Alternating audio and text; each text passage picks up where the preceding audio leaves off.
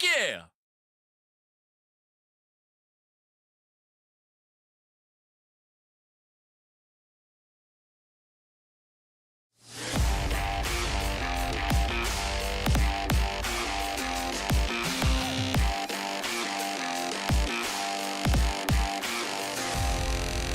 Live from the BiffNet Studios World Headquarters in Spring, Texas, it's Barry on Deck, hosted by former ESPN Houston radio host and stand-up comedian Barry Laminack, starring Oliver the Cat.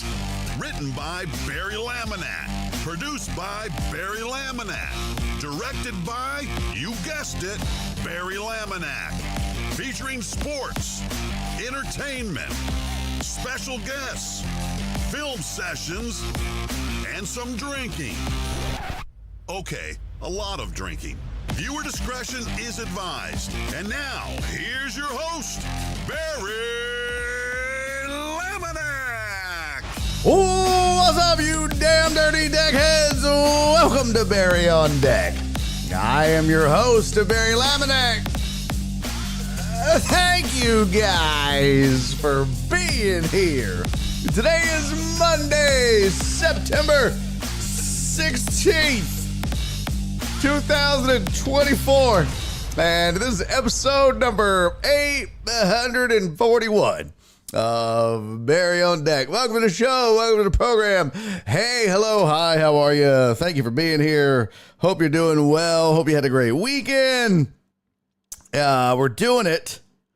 Thanks for showing up. What does floating head mean? What is that? What is floating head? I don't know that. That sounds kinky.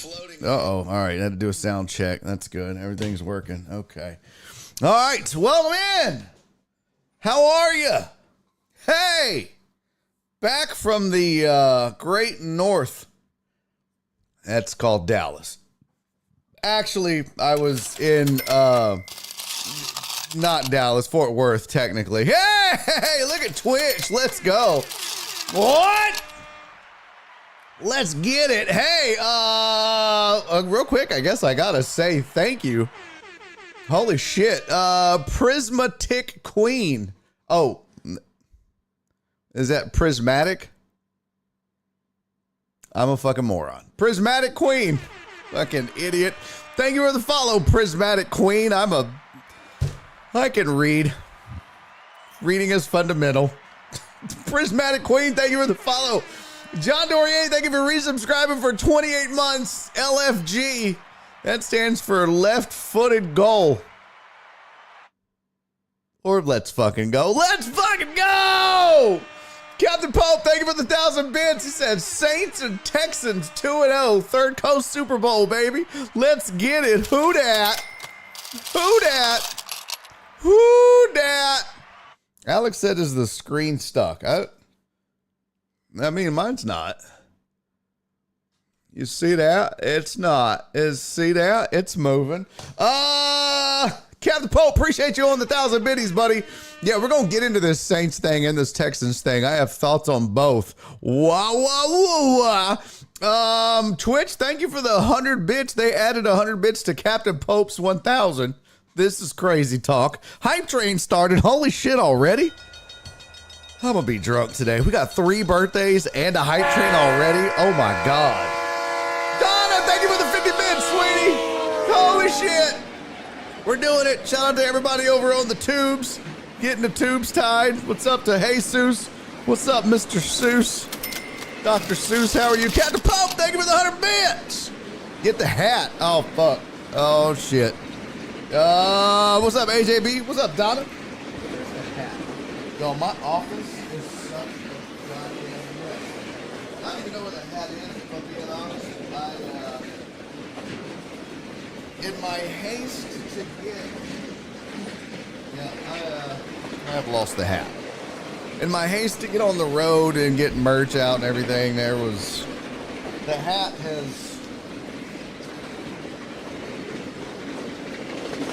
is lost somewhere in the mess that is this studio, office, whatever the fuck it is. It's a disaster in here. I just hide it all You can kind of see a box right here. This is a new, you want to see it? You guys want to see the new hose I bought? I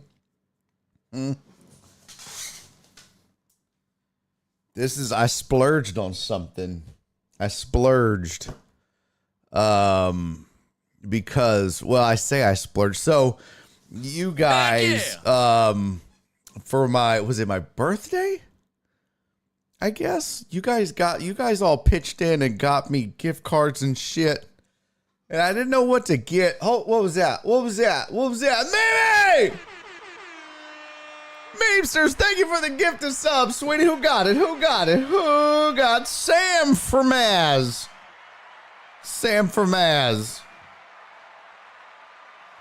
Thank you, Meemsters. You're the best. No, I didn't buy some hose. D-Mod is gonna come for Barry. Find the hat. It's in here somewhere, bro. I've lost so much shit in this office just from the mess. Look. So you guys, I'm gonna take my headphones off. So if I don't hear any subs or anything, tell me, and I'll have to come back to it. Okay. But oh god, this is. Oh boy. When it was my birthday, or I think it was, it was the birthday. I don't think it was the anniversary show. I think it was the birthday. Barry looking like Timu G.I. Joe. Kiss my ass, Jesus. I kind of am though. But so you guys like all pitched in, and you were so kind and got me the gift card. I don't know, maybe it was the anniversary show. I don't know. And but you guys got me a really dope gift card. I forget what it's called. It's like I don't know, it's this badass thing, and I didn't know what to get with it forever. And y'all know I'm always working in the yard. You know that. You know I'm always working in the yard. And I'm always out there spraying shit, and you know, I was like, I'm sick of these. I got this hose that I'm always dragging around. And I got sick of it. And I saw this, and I was like, I want that. I want that. So I bought it. I bought it with the gift card thingy, whatever that thing is that you guys got me. So I'm going to show it to you.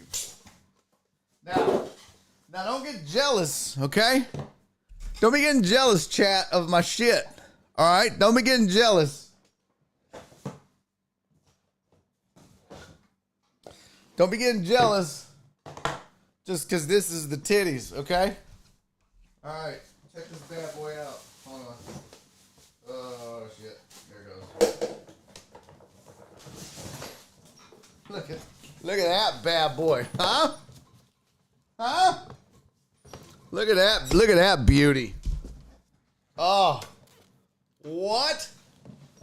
So, it's a, yeah. Oh, look at that. Ain't she a beaut? And then, yeah, you put that on there, and then you mount this bad boy.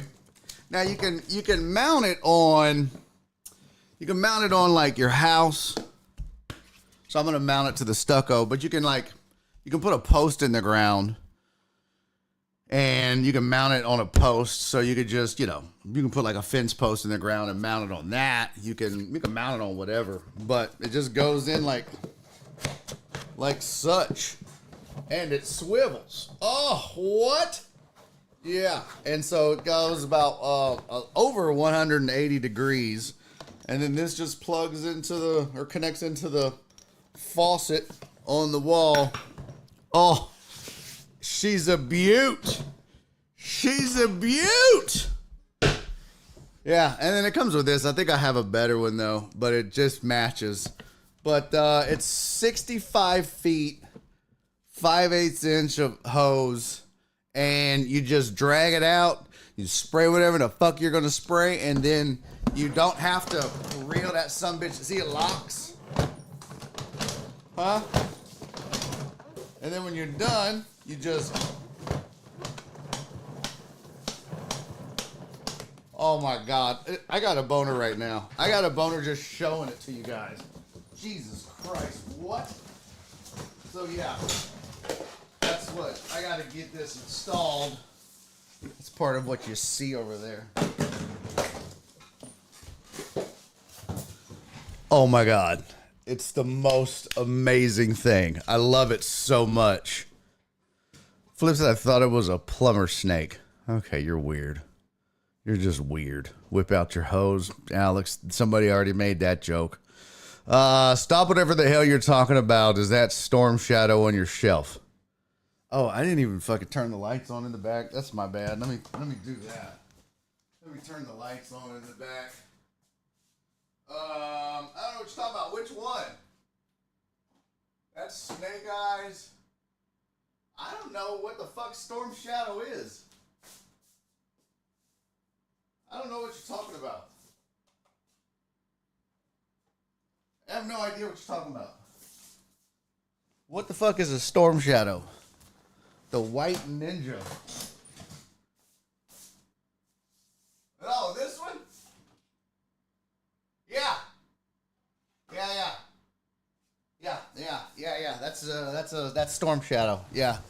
That's Storm Shadow, courtesy of D-Mata. Rest in peace to D-Mata. Yeah, D-Mata got me all of those. D-Mata got me all the G.I. Joe figures that you see there. Because he knew I was a big G.I. Joe fan. Hey, what up, Jesus? Good to see you, buddy. Yes. So, yeah. So there you go.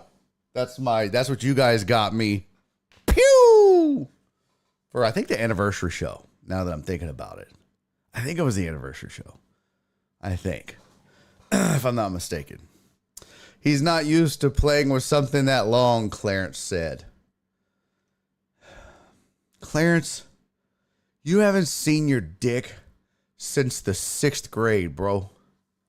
Stop it. Stop it. Clarence, Clarence sucks his own titty when he jerks off. Shut up. Stop it. Leave me alone. You don't start this with me. I have the microphone. I can time you out. I'm better at this than you. You don't want to start fucking with me. I just got back from a badass weekend in Fort Worth where I was on fire on stage. Listen, man. Don't start with me. Not when I'm on a roll. Not when I'm in the pocket. And I'm telling you, bro, right now, I'm in the pocket. You don't want this heat, brother. You don't want this heat, man. You don't want this heat, pimp. Try me next week. Catch me next week. I'm in it. I'm in it right now, fam. You picked the wrong week to fuck with me. I'm just saying. This is not the week to be fucking with me. Uh-oh. What the fuck is that? Barry's gonna, what is this? Yeah, Potch said I got the fancy hose. I did indeed. All right, let's get to it. We got a lot to do. Genia's mom's gonna be joining me at 3:15, so we got that. We got a ton of NFL to discuss. Got to talk about that Cowboys Saints game. We got lots of thoughts on that. Lots of thoughts on college football. Gonna talk some college football. Gonna talk some MLB, hopefully. And more. And I've got, I finally got around to getting your injury reports done. So now I know a lot of you play fantasy and you want your injury reports. So I have, injury reports for you now as we get into like NFL and fantasy. So as we get into all that, I will have those for you every week, usually on Mondays. Usually on Mondays is when I'll have those for you. But I have them. I need to finish setting them up. But I do have them for you. And I will, as we kind of get through this, I will get those set up for you, promise. And we'll have those throughout every week. And it'll be a nice little thing. What? Titan Hugo also suffering. Yeah, we've got news. We've got breaking news kind of as we went on air out of Carolina. So we're going to get to all of that, I promise. And let's see. Yeah, so let's just do it. Let's get to our sports headlines, and let's get to cracking. Come on.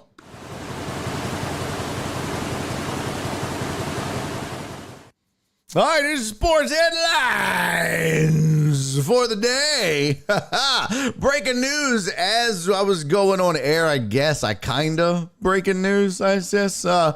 Man, sources are saying that the Panthers are benching Bryce Young and plan on starting Andy Dalton. Oh, God. Whoo, man, I tell you what. So many thoughts on this. So many different feelings, so many different thoughts, so many different takes on this. First take when as a media member, or I guess I shouldn't say media member anymore. I mean, I guess I'm technically not a media member anymore, but as a talking head who still tries to be objective and is maybe grasping at relativity, I still try to approach things as objective, and not fan first. So let's talk about that right first. When I heard the news, my first thought was, oh my God. Wow, did they give up a lot to go bust? Holy shit. Carolina shipped out DJ Moore and a plethora of picks to leapfrog the Texans, move up, and take Bryce Young and pick a bust. I mean, when you look at what Chicago has, and we saw them last night play the Texans, if you're Chicago, you got to be like, well, jury's still out on Caleb Williams, but, whoo, shit, dodged a bullet on that one. Because, listen, say what you want. But people were split. Should it be Bryce Young? Should it be CJ Stroud? I think most people felt like it should have been Bryce Young. I think that was who most people felt like it should have been. If you had the number one pick 2 years ago. So I think if the Texans would have had the number one pick, they probably would have taken Bryce Young. So, the Panthers did what they had to do. They moved up. They took a leap of faith. They thought they had their guy, and they mortgaged the farm, and quite frankly, they mortgaged the future because they gave up a lot of assets. Let's go look at real quick Bryce Young Bears, Panthers trade. Let's see. Yeah. Carolina sent wide receiver DJ Moore, 2 first-round picks, 2 second-round picks, and a 4th-round pick to the Chicago Bears in exchange for the number 1 overall pick. Oh my God.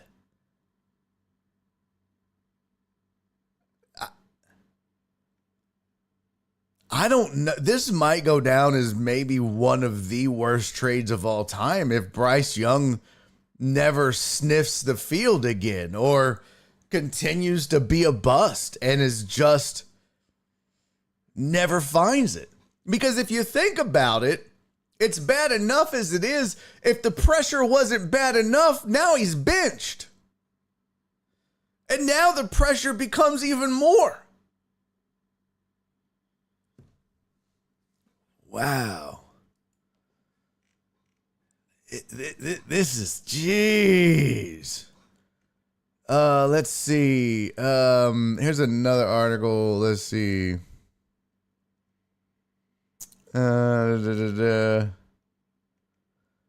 okay. So, yo, B. Hannon just resubscribed.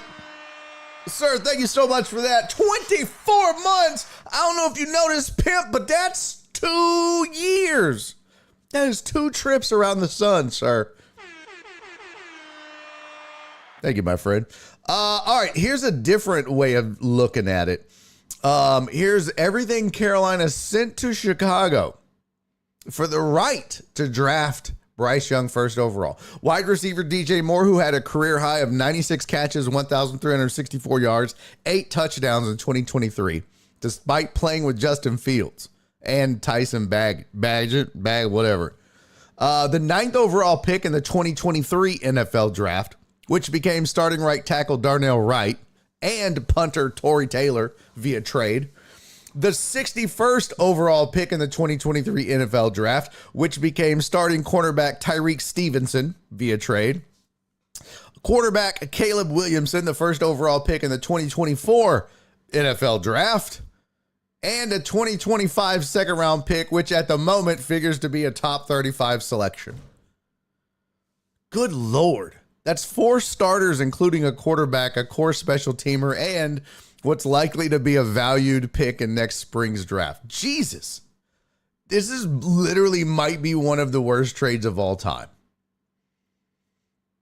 So that's just, and I feel bad for the kid. My heart breaks for him. But the Panthers swung and missed mightily. Mightily. Now, if you're the Texans, you've got to be sitting there going, whoa, shit! Whoa, Lord Jesus. Somebody send a dozen roses, a box of chocolates, I don't know, a gift card to Applebee's, a fucking gift card to Massage Envy, and I don't know, a Russian whore to Lovie Smith. Thank God he went for it.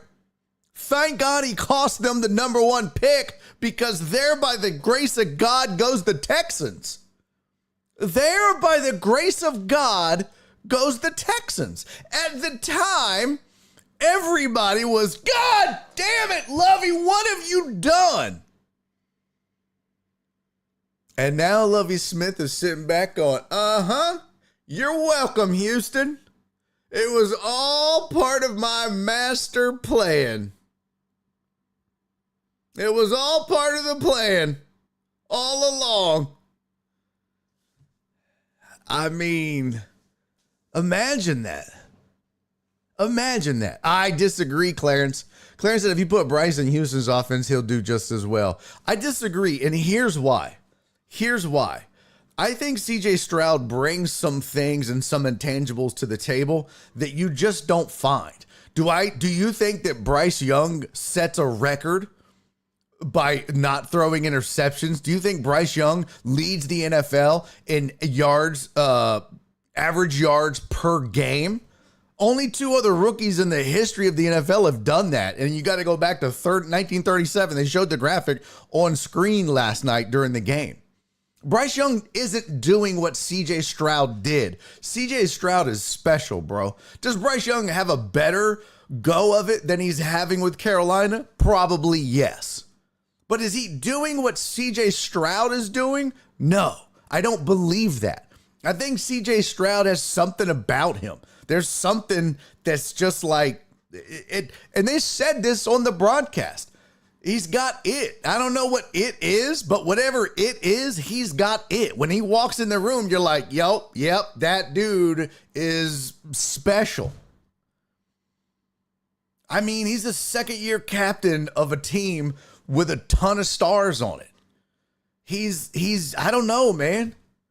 The dude is just brimming with confidence. He's the natural born leader. I don't know, bro. I just don't believe Do I think Bryce Young is as bad as he has played in Carolina? No, I don't. So I think it was, who was it that said it in the chat? Perry said that Carolina failed him. To a degree, I would agree with that. To a degree, I would agree with that. But, it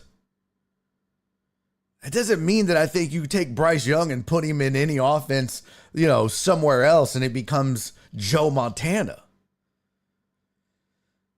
I just don't believe that. You got to remember, CJ Stroud didn't step into, there was an unknown, really. You weren't exactly sure what you were going to get. Nico Collins wasn't Nico Collins. Nico Collins wasn't shit before last year. Who are you giving credit to? Are you giving credit to Nico Collins? He's balled out. Don't get me wrong. He's proven me wrong. You can call me a hater for sure. I was dead ass wrong about this dude. He's a top 5 wide receiver right now. No doubt. But how much of that is, Davis Mills was god awful. We can all agree on that. And CJ Stroud is giving Nico Collins a chance to shine and giving Nico Collins a chance to flourish and showcase his skill set. Yes. But at the same time, I don't know. It was just a dude. So, no, there was no expectations. There's certainly not what he produced. Certainly not what CJ Stroud produced on the field with the run of no interceptions and his playmaking ability. All you had to do was last night just watch him run around and make that play on the run when it looked like he was going to be sacked and he throws a dime downfield. And, there was that 4th down play that he run and Nico Collins makes a phenomenal catch, but you've got to make that throw. Bryce Young ain't making that throw, bro. There's a difference in skill set here. To me, there's a huge difference in skill set here. But again, I think Bryce Young is better than what the Panthers have allowed him to be. I do believe that. And somebody mentioned Miami. Yeah, I think if you took Bryce Young and put him in Miami, would he be better? Yeah, you know why I think that? Because we saw it with Tua. Tua looked like trash under Brian Flores. And then Mike McDaniel shows up, and now Tua looks like Tua Montana. He looks like Tua Marino. So, yeah, I think Bryce Young could be better. But don't start telling me that Bryce Young could be CJ Stroud. No, I'm not buying that. But back to my point. Let's go back to Lovie Smith. Lovie Smith deserves a lot of kudos and praise. Because if it weren't for Lovie Smith going for 2, this whole thing could be reversed. CJ Stroud could not be a Texan. And this whole vibe, this whole thing is a lot different, I believe. A lot different. There's just some things that happen and the stars align. You got the right dude with the right personality, with the right makeup, and the right coach.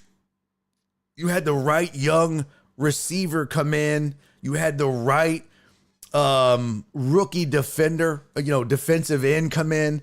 It's just all kind of aligned. You had the right shift in ownership mentality, the right head coach. You had just the stars aligned for the Houston Texans. And if you change any one of those things, I don't believe the course is the same. I really don't. This is something special that's happening here. You have to really think about that for a second. If you change one piece, it's not the same. If you don't have Will Anderson to be Defensive Rookie of the Year, it's not the same. If you don't have CJ Stroud, I don't believe Bryce Young becomes Offensive Rookie of the Year last year. I don't think he does the magic that CJ Stroud did. I don't think he sets those kinds of records.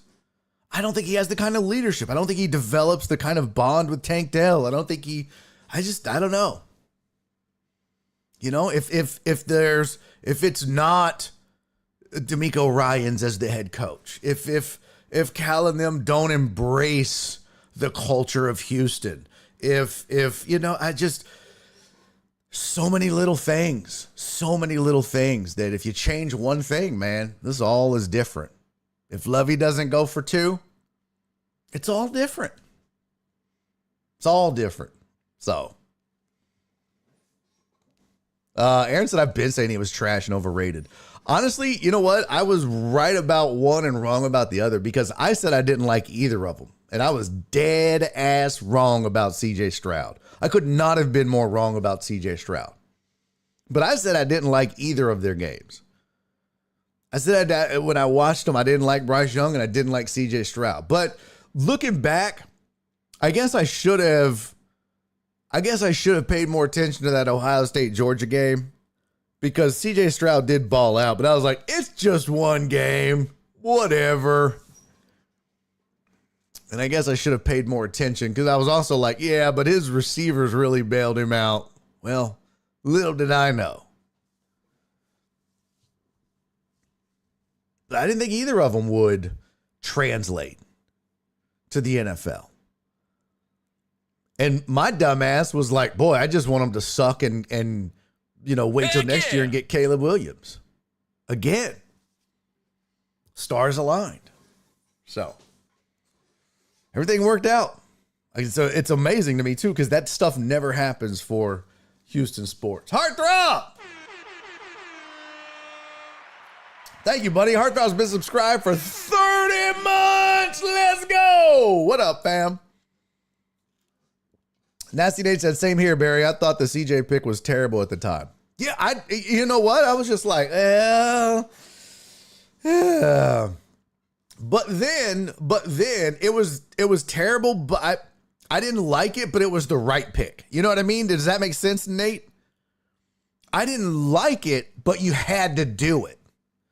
This was a franchise that was floundering. People don't remember that because we're all so like, oh my God, this is the greatest thing in the world. They said it last night on the broadcast. I think it was Chris, what's his name? Whistle Britches. He was like, get used to seeing, no, it was Mike Tirico that said it. He said, get used to seeing the Texans on primetime because this is a good franchise and they're going to be around for a while. It's true. And so we're all so caught up in it that it just feels so good that we forget that before that CJ Stroud's name was called, this fan base was distraught. They weren't going to games. They didn't give a shit about this franchise. They hated the owner. They hated ownership. They couldn't give a shit. DeMeco Ryans was here, yes, and it was like, okay, cool. And it was like, well, let's see what happens. That was the best thing that had happened to this team, but it was like, well, yeah, but it was, we weren't jumping in the pool yet. You know what I mean? We had dipped a toe in after the DeMeco hire, but it was like, I can't get in. I can't get excited yet. Because that's just going to be same old Texans again. It's just going to be same old Texans again. And ever since the DeMeco Ryans hire, really, really and truly, let's be honest, ever since Lovie Smith went for 2, ever since that moment, every single thing that has happened to this franchise has been perfect. Including that move. We didn't know it at the time, but that was the perfect move. We didn't know it. It was the perfect thing to have happen. It's crazy. It's crazy. But I was like, I was like, okay, CJ Stroud. Yeah, I mean, they had to do it. But when they moved up to 3, and drafted Will Anderson Jr., I was like, holy shit.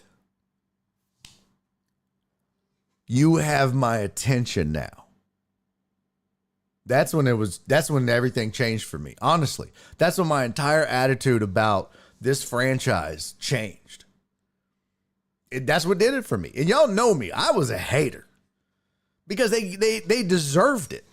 But when they moved up and drafted, and it was sight unseen. I had no idea what CJ Stroud was going to be. I had no idea what Will Anderson Jr. was going to be. You couldn't have predicted that both of them were going to win Rookie of the Year, respectively. I had no clue that would happen. No idea. It didn't matter. What mattered was they shocked me and they shocked the world and they shocked this fan base because they did something so out of character for them, their franchise, and the sports in this city. It was wild. So I say all of that to say, boy, it feels good. Damn, it feels good to be a Texan. Play some Ghetto Boys and change the lyrics. Damn, it feels good to be a gangster. Amos said Bryce would be better if he ran the type of offense the Texans run. I agree with Clarence on that point. Yeah, he would be better. I didn't say he wouldn't be. I agreed Bryce would be better, but he wouldn't be CJ Stroud. So I don't want to sit here and imply, I'm not going to allow anyone in this chat to sit here and imply that Bryce Young would be as good as CJ Stroud. That we're not going to sit here and say you could extract CJ Stroud and plop down Bryce Young and the Texans are still the Texans. We're not going to do that. We're not going to do that. First of all, we're not going to disrespect CJ Stroud like that.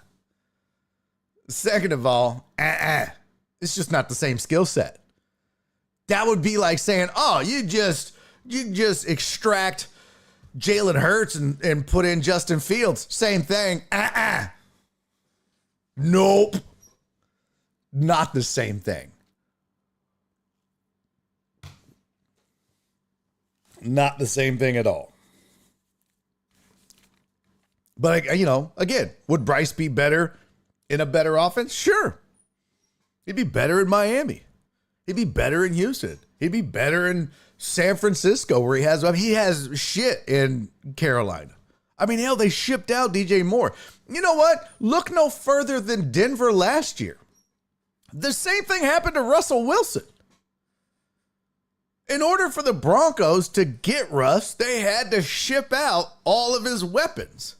And then look what happened. They sucked. He sucked. He had nothing around him. It was Russ versus the world, and Russ failed. And that's what Bryce Young, you got a rookie and, second-year player now, but you have, Bryce versus the world, and he's got nothing over there. So, yeah, I don't.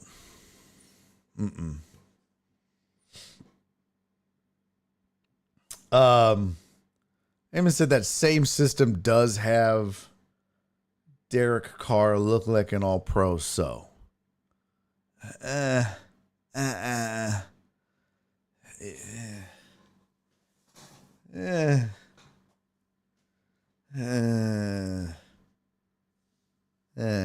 Let's calm down. There's a lot more to it.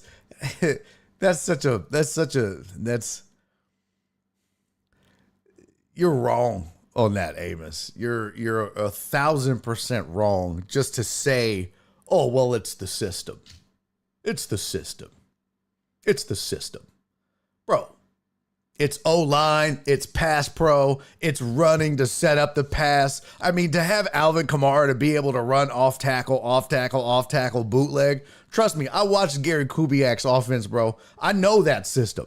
I know that system. And I know you had to have Arian Foster to be effective in that system. And I know you had to have Owen Daniel to be effective in that system, because that system is predicated on the run and the bootleg and play action and levels. And in order to have those levels, you have to have tight ends and you have to have slot receivers that can get to the mid-level of the defense. And then you have to have guys that can take the lid off of that defense. You have to have playmakers in that system. So Chris Olave and Alvin Kamara and that Saints O-line, all of that matters. And Bryce Young has none of that in Carolina. So don't just say, well, system.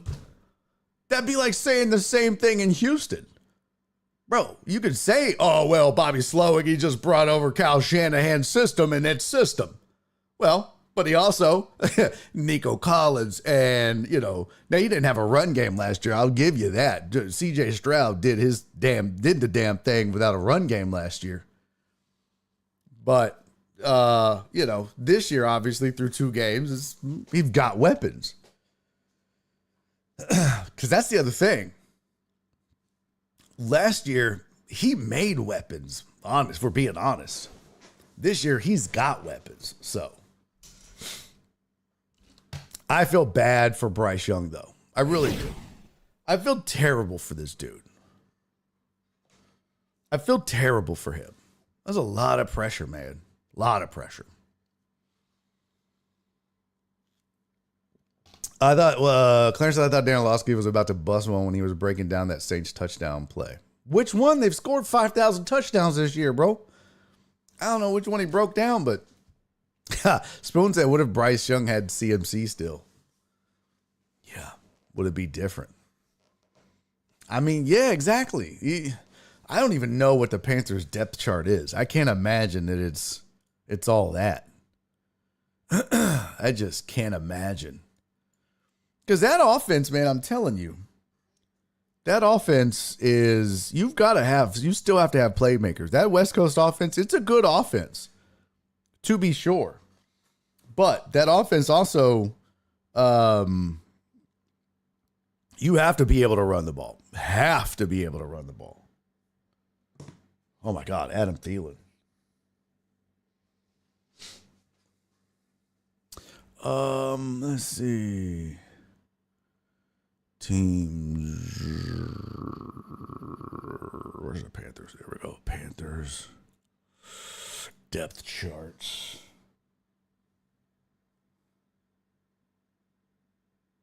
Let's see. Oh, damn. They didn't waste no time. They already changed it on, let's see. Chrome resize. Browser. Chrome. Andy Dalton has already been moved into the starter role. Chuba Hubbard is the running back. Deontay Johnson, Adam Thielen, Jonathan Mingo, Tommy Tremble. God bless. Oh, God. Corporate God. I mean, oh, good. They got Jadeveon Clowney. They got the ghost of Jadeveon Clowney. Good Lord. Yeah, that is, man. Yeah, that's a tough ask for anybody, much less a second-year quarterback. Catfish said benching your QB in week 2 is a bad look for coaches and franchises. Yeah, but you just don't want to be, I mean, you kind of know. You've seen a year and now 2 games of this dude. You know what it is and what it isn't. You know what it is and what it isn't. B8-0, that's where he went into the abyss. What? Oh, yeah. McLovin said the funny part is they put weapons around Caleb, but not many other rookie QBs. It's almost like Caleb demanded it.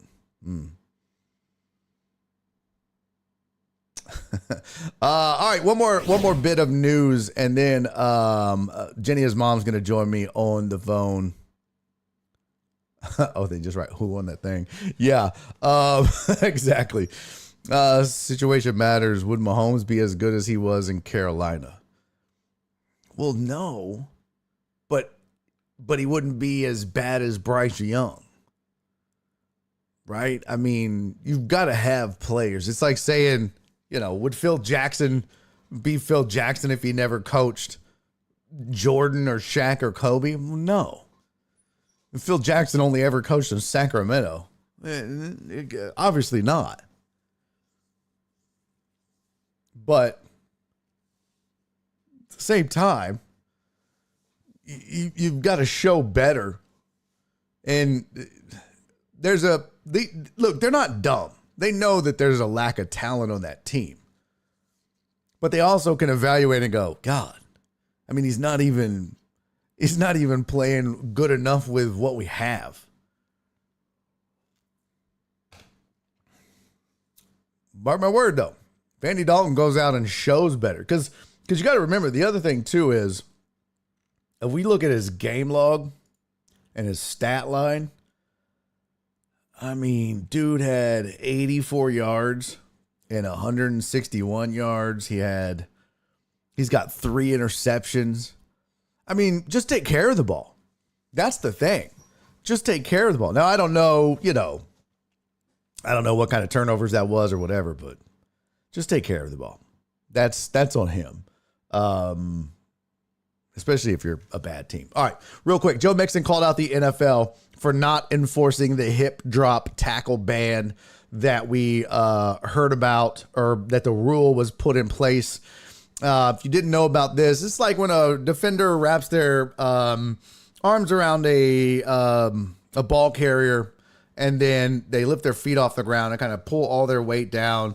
And inevitably what ends up happening is it causes a lower leg injury, like you saw last night if you watched Sunday Night Football. Joe Mixon ended up with a pretty severe ankle injury. And I'll get to my injury report for everybody that plays fantasy.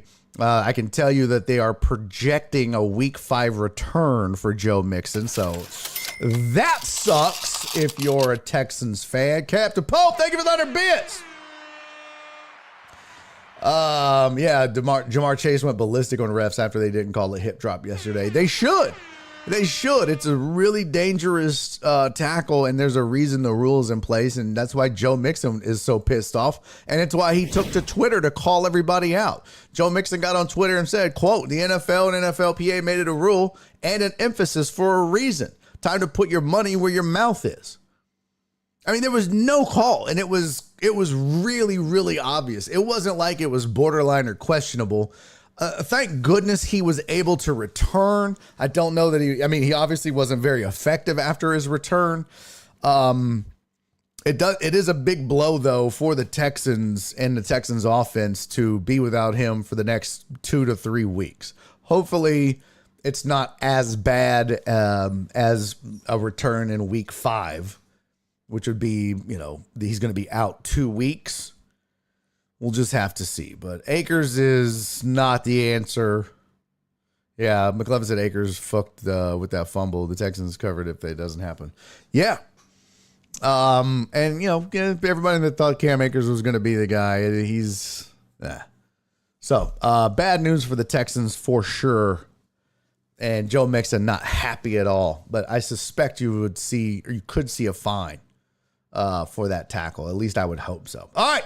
It's that time of the week, everybody. My favorite time of the week. I know yours too.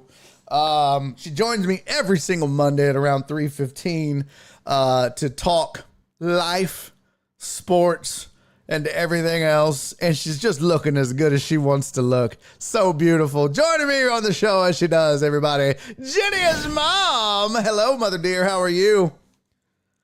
Uh-oh, I got no audio from you, Mom. You got to fix your microphone. Uh-oh. How about now? Runs in the family. There you go. Oh, is it working now? Yep, I got you. Oh, I guess I just accidentally pressed that little button when I was setting it up. There you go. So I don't understand what that hip thing was. Can you explain that one more time? Yeah. I'm trying to learn here. Donna said, "Hi, Jenny."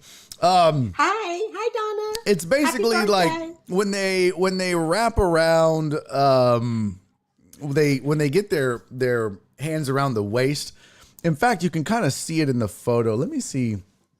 I have the photo. I uploaded it actually. It's a perfect example. Let me see. I can show you here. Let's see. But basically, what it is the way that the tackle occurs. It allows the defender to drag the ball carrier to the ground, but the way that it occurs is they use all of their weight. So think of it like this. Think of like you run up and you put your arms around their waist, right? But then you throw your legs in the air and just drop your hips to the ground. So now you're using all your weight to pull them to the ground. But when you drop your hips to the ground, what ends up happening is you inevitably land on their legs, their ankles, their knees, their feet. I saw him land on his And that's ankle. what ends up causing so many injuries, because you're taking your full weight and landing on their legs at full speed. And it becomes real ugly.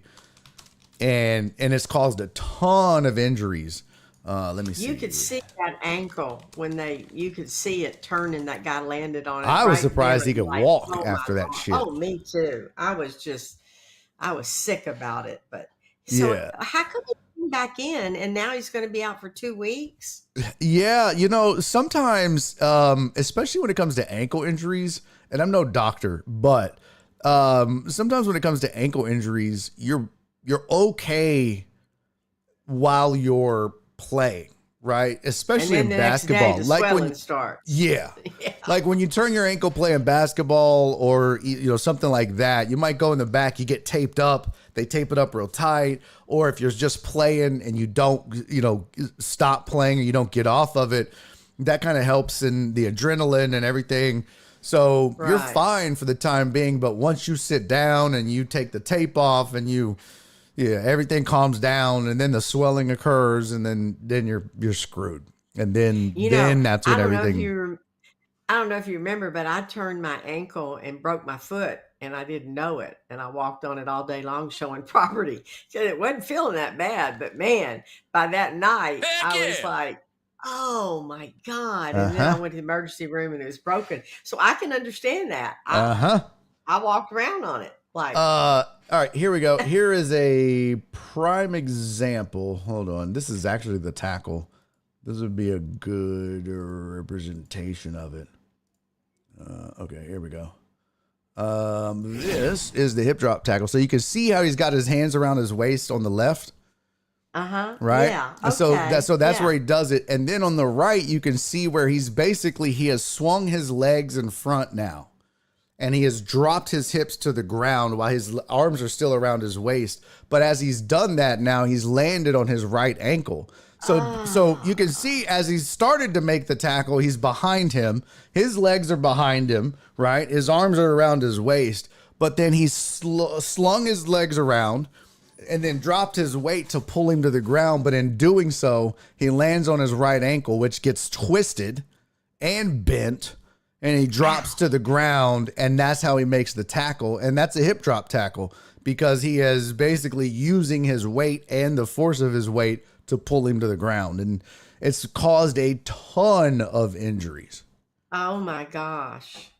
Well, that guy should be yeah. fined big time. Well, and I can't believe they didn't call it. They should. Hey, what up, Black Market Breast Milk? Black Market Breast Milk said, which tackle are you talking about? We're talking about the Joe Mixon hip drop tackle from Sunday night. Mm. So, Go ahead. that was a sloppy game. Yeah, I mean, it was super ugly. It was very ugly. I'm sure that the Sunday night football people were like, "Oh my God, this is awful." The third quarter was just a joke. I mean, nobody played well, neither side. No, How God. many penalties were there? 20 or something altogether? I don't. It was unbelievable. Yeah, I don't have the box score in front of me. I could probably let me see if I can pull it up. It was bad. a lot. Yeah, it was. What causes that? Here's what Paul and I were saying. They can't blame the crowd noise because they were at home, and we had 12 or 13 penalties. A lot of them for offsides or stuff like that. Is that just lack of discipline or? I don't know. It's a little bit of both, right? It's bad. It's discipline. It's sometimes it could be look, the Bears have a really good defensive front, and when you're getting beat, you're trying to you're trying to get back. So you're probably seeing, I'd be interested to see the stats, but you're probably seeing more offsides or false starts on offensive tackles because they are now forced to move up onto the offensive line, whereas in years past, they were able to cheat back. If you watch the very first game this season of Thursday Night Football, the referees were calling penalties because they changed the rule, or they were starting to enforce the rule that says the left tackle must be within, I think, a yard, or his body has to be on the hip of the center. And if it's not, he's considered in the backfield, and that is an illegal formation, and so they'll throw the flag. Well, what was happening was left tackles, their back foot was way back. And what that does is it gives them the opportunity to get back in pass protection. And so the further you can get back in pass protection, you can stop a rush faster. So now that they have to be up on the line, they're getting beat in pass protection. So they're trying to anticipate snap counts and be right on the snap count so that they can get back faster. So I think you're probably also seeing more false starts in the NFL. That's an assumption, but that would be my guess too. And that's probably part of why you're seeing a sloppier play at home. And also, Laramie Tunsil is just bad. He's always been guilty of it. That. Yeah, he's just guilty of a lot of that. But you can just know every game is going to be 2 of them at least from him, maybe 3. Yeah, I would be curious to see how many penalties for false starts there have been so far through 2 weeks versus last year because of the enforcement of that rule. Because I guarantee you, if they're up, that's why. Because that's the big adjustment. And the Bears have a really good pass rush. They have a good defensive front. Bears are good, man. Bears have a ton of talent. They showed it last night. I think people think the Bears are here's the misconception. The Bears won 7 games last year with a shitty quarterback and shitty quarterback play. But because they picked first, I think fans forget the Bears didn't pick first because they lost the most games. The Bears picked first because of the trade with the Panthers. So from the year before when the Panthers drafted Bryce Young, but I think fans forget and they just, the Bears picked first, they must be terrible. No. The Bears weren't terrible. They picked first because of the trade, not because they lost the most games in the NFL. So, but I think fans forget that and go, well, they should beat the Bears easily. That team has a ton of talent. Oh, they I just don't have any quarterback play. Yeah. So that kid's going to be, he had a rough day. I tell you what, I know he was the opposing quarterback, but I kind of felt sorry for him, man. He had a really rough day. It was something else. My thing about him was watching it was I didn't like his body language. Towards the end of the game, I thought his body language was trash. Saw that. I really did. I thought his body language was he was getting pissed off because he was getting sacked a lot, and I don't blame you, but you gotta be. I mean, you got to carry yourself better. You could just tell he was frustrated and he was getting beat up and he was kind of hurt a little bit, and that's gonna happen. And that happened to C.J. Stroud last year. It's already happened to C.J. Stroud this year. But look at the difference in the way the two carry themselves, and look at the difference in, how the offensive lines react when that happens. The O-line for the Texans, man, they'll scramble to get back and help CJ up. And you said, I didn't really see that with the Bears. And that goes again to the leadership and the respect. And it's a different dynamic, man. I'm telling you. Earlier, the chat was trying to compare Bryce Young with C.J. Stroud, and I'm just like, man, it's not the same. There's something about him that it's just different, man. It's just different. Bryce Young with C.J. Stroud, man, there's just something about the respect that kid commands from his teammates. You never see him change his demeanor very much either. I was watching him yesterday. It was pretty amazing. That he just when bad things would happen, he was just kind of the same all the time. Yeah, he doesn't lose it. Yeah, he really doesn't. So that's a good thing. Let's see. The way the rookie O-lines have been playing this year, they should have taken one over. They should have taken one over Odunze. Yeah, that's probably true. Higgle jiggle that. But you know what though?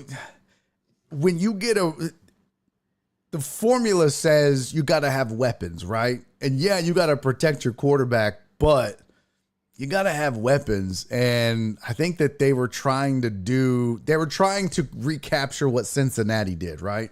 When they went out and got Joe Burrow and then they added Jamar Chase, they were like, aha, yeah. NFL's a copycat league. And they saw the success that Cincinnati had and they went, oh, well, we got to do that, right? Which I wouldn't be surprised if other teams aren't going to be like, well, and I was kind of surprised that they didn't try to do, something similar with either, getting a QB and a defensive end like the Texans did, given the success that they had.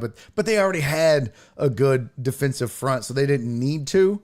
But yeah, I think they tried to duplicate what Cincinnati did by getting a Jamar Chase to complement their Joe Burrow, so to speak. Joe Burrow, yeah. So I think that's why you saw them do that. But I just think Cincinnati's O-line was in a better position, to your point. Wall said Caleb will be worse than Justin Fields in Chicago because they haven't upgraded their O-line and he's less athletic. Yeah, but I mean, I don't disagree with you, Walt, but I think he's got a better arm, obviously. And I think if he's a better decision maker, then I think that gives the offense as a whole a better chance. Because Justin was like, if he didn't get out and scramble and run, then it was just all over. Now what? Yeah. But with Caleb, I mean, you saw when he has time and he, if he has any time, he can, when he's making the right decisions, which will come with time. He made some rookie mistakes. He's acting like a rookie. Yeah. I mean, it's a big difference between college and NFL. Mm-hmm. I'm sure that's a rude awakening for any young kid coming out of college and going, whoa. Oh, yeah. And you can see he made some dumb mistakes. Imagine? God. But I think, he's got, I thought he looked better than he did week one. And I thought he had some good throws. I think he looked like a rookie. How many interceptions did he have? He looked like a rookie. 2 or 3, huh? Yeah, he had 2. I know 2 I know of. Oh, let me go back to the box score here. Hold on. What the shit? What's going on here? Wasn't good. No, it wasn't good at all. Oh, I'm in the wrong window. Stupid ass. Chicago has a legit receiving core when they all get healthy. Yeah, and that'll help quite a bit too. Let's see, where was the game at? But I think the thing about to me, he's got the arm talent, and that's in the NFL. See, that's the thing that I think separates guys like Justin Fields as opposed to like a Lamar Jackson or I'm blanking on his name in Philly. Oh my God, he's in my fantasy team. Yeah, Hurts. Because those guys can run, and even Mahomes and Allen, I mean, those guys can run too, like Fields can, but they have the arm talent as well. And I think Caleb can run. We saw that. But he's got the arm talent. And that's where I think that's the difference between the two. He's just got to, not make rookie decisions, which you saw him make last night. And he had 2 interceptions last night. I did feel a little sorry for him. Oh, I didn't. Fuck him. He's making millions. Fuck him. I don't feel sorry for him. Terrible. Nah, fuck him. I'm gonna tell you what though, man. I was impressed with the Bears overall. I thought they looked good, but I'm a little worried. They never quit. They were just. It was down to the wire. I'm gonna come out and say it. I was gonna save this, but I'm gonna come out and say it. I'm a little worried as a Texans fan. 2 games in, I think terrible. I think if you're a Texas fan, you have to be a little concerned based on what you've seen so far versus last year. This team has more weapons and better weapons. The defense is better, supposedly. The offense is better, supposedly. And they've looked worse in 2 games than they did last year. Yeah, on they both don't sides look, of the ball. they don't look like a Super Bowl contender, that's for sure. No, if you can barely beat the Bears and barely beat the Colts, that's not good. Boy. And who do they play next week? I can't remember. Looking at It's the a schedule good now, they've team. got the Vikings next. Yeah, yeah. Yeah, they got the Vikings and then the Jags and the Bills and The Bills. Ooh, yeah. yeah. Diggs was there last night. Total Dallas. Yeah, Diggs played. Yeah, they better Diggs get played it pretty good. together. Yep. Yeah, for sure. Well, we're ending up the Astro season too, so they've got a big series coming up. I'm excited about that. Boy, the Oh, Angels is exactly what they needed, though, wasn't it? yeah, it really was. I'm telling you. They needed the Angels to get right. Everybody was spot on. So I don't know. Yep. Hey, it's really exciting to see Tucker back and finally hitting a home run. And I don't know, maybe we'll pull it all together. Maybe Verlander. It seems like he's on the right track. So I don't know. It's Well, going to be again, down to the wire. Again, I want to see him do it against good competition. The Angels Yeah. are a slump Yeah. buster, right? The Angels are Yeah. The Angels are the fat girl that gets you through until you can find a chick you want to settle down with. That's what they are, Mom. The Angels are slump busters. They're the big girl at the bar that she's easy. You take her home. They're slump busters. That's what they are. Okay. But that's just the truth, Mother. That's a new one on me. Let me tell you, this was so funny. So I was in Fort Worth this weekend, and I had 4 shows at Hyenas Comedy Nightclub, right? 2 on Friday and 2 on Saturday. And I was featuring this weekend and not headlining, but I was with my buddy Billy D. Washington. And so it was so much fun. Yeah, Billy D was headlining.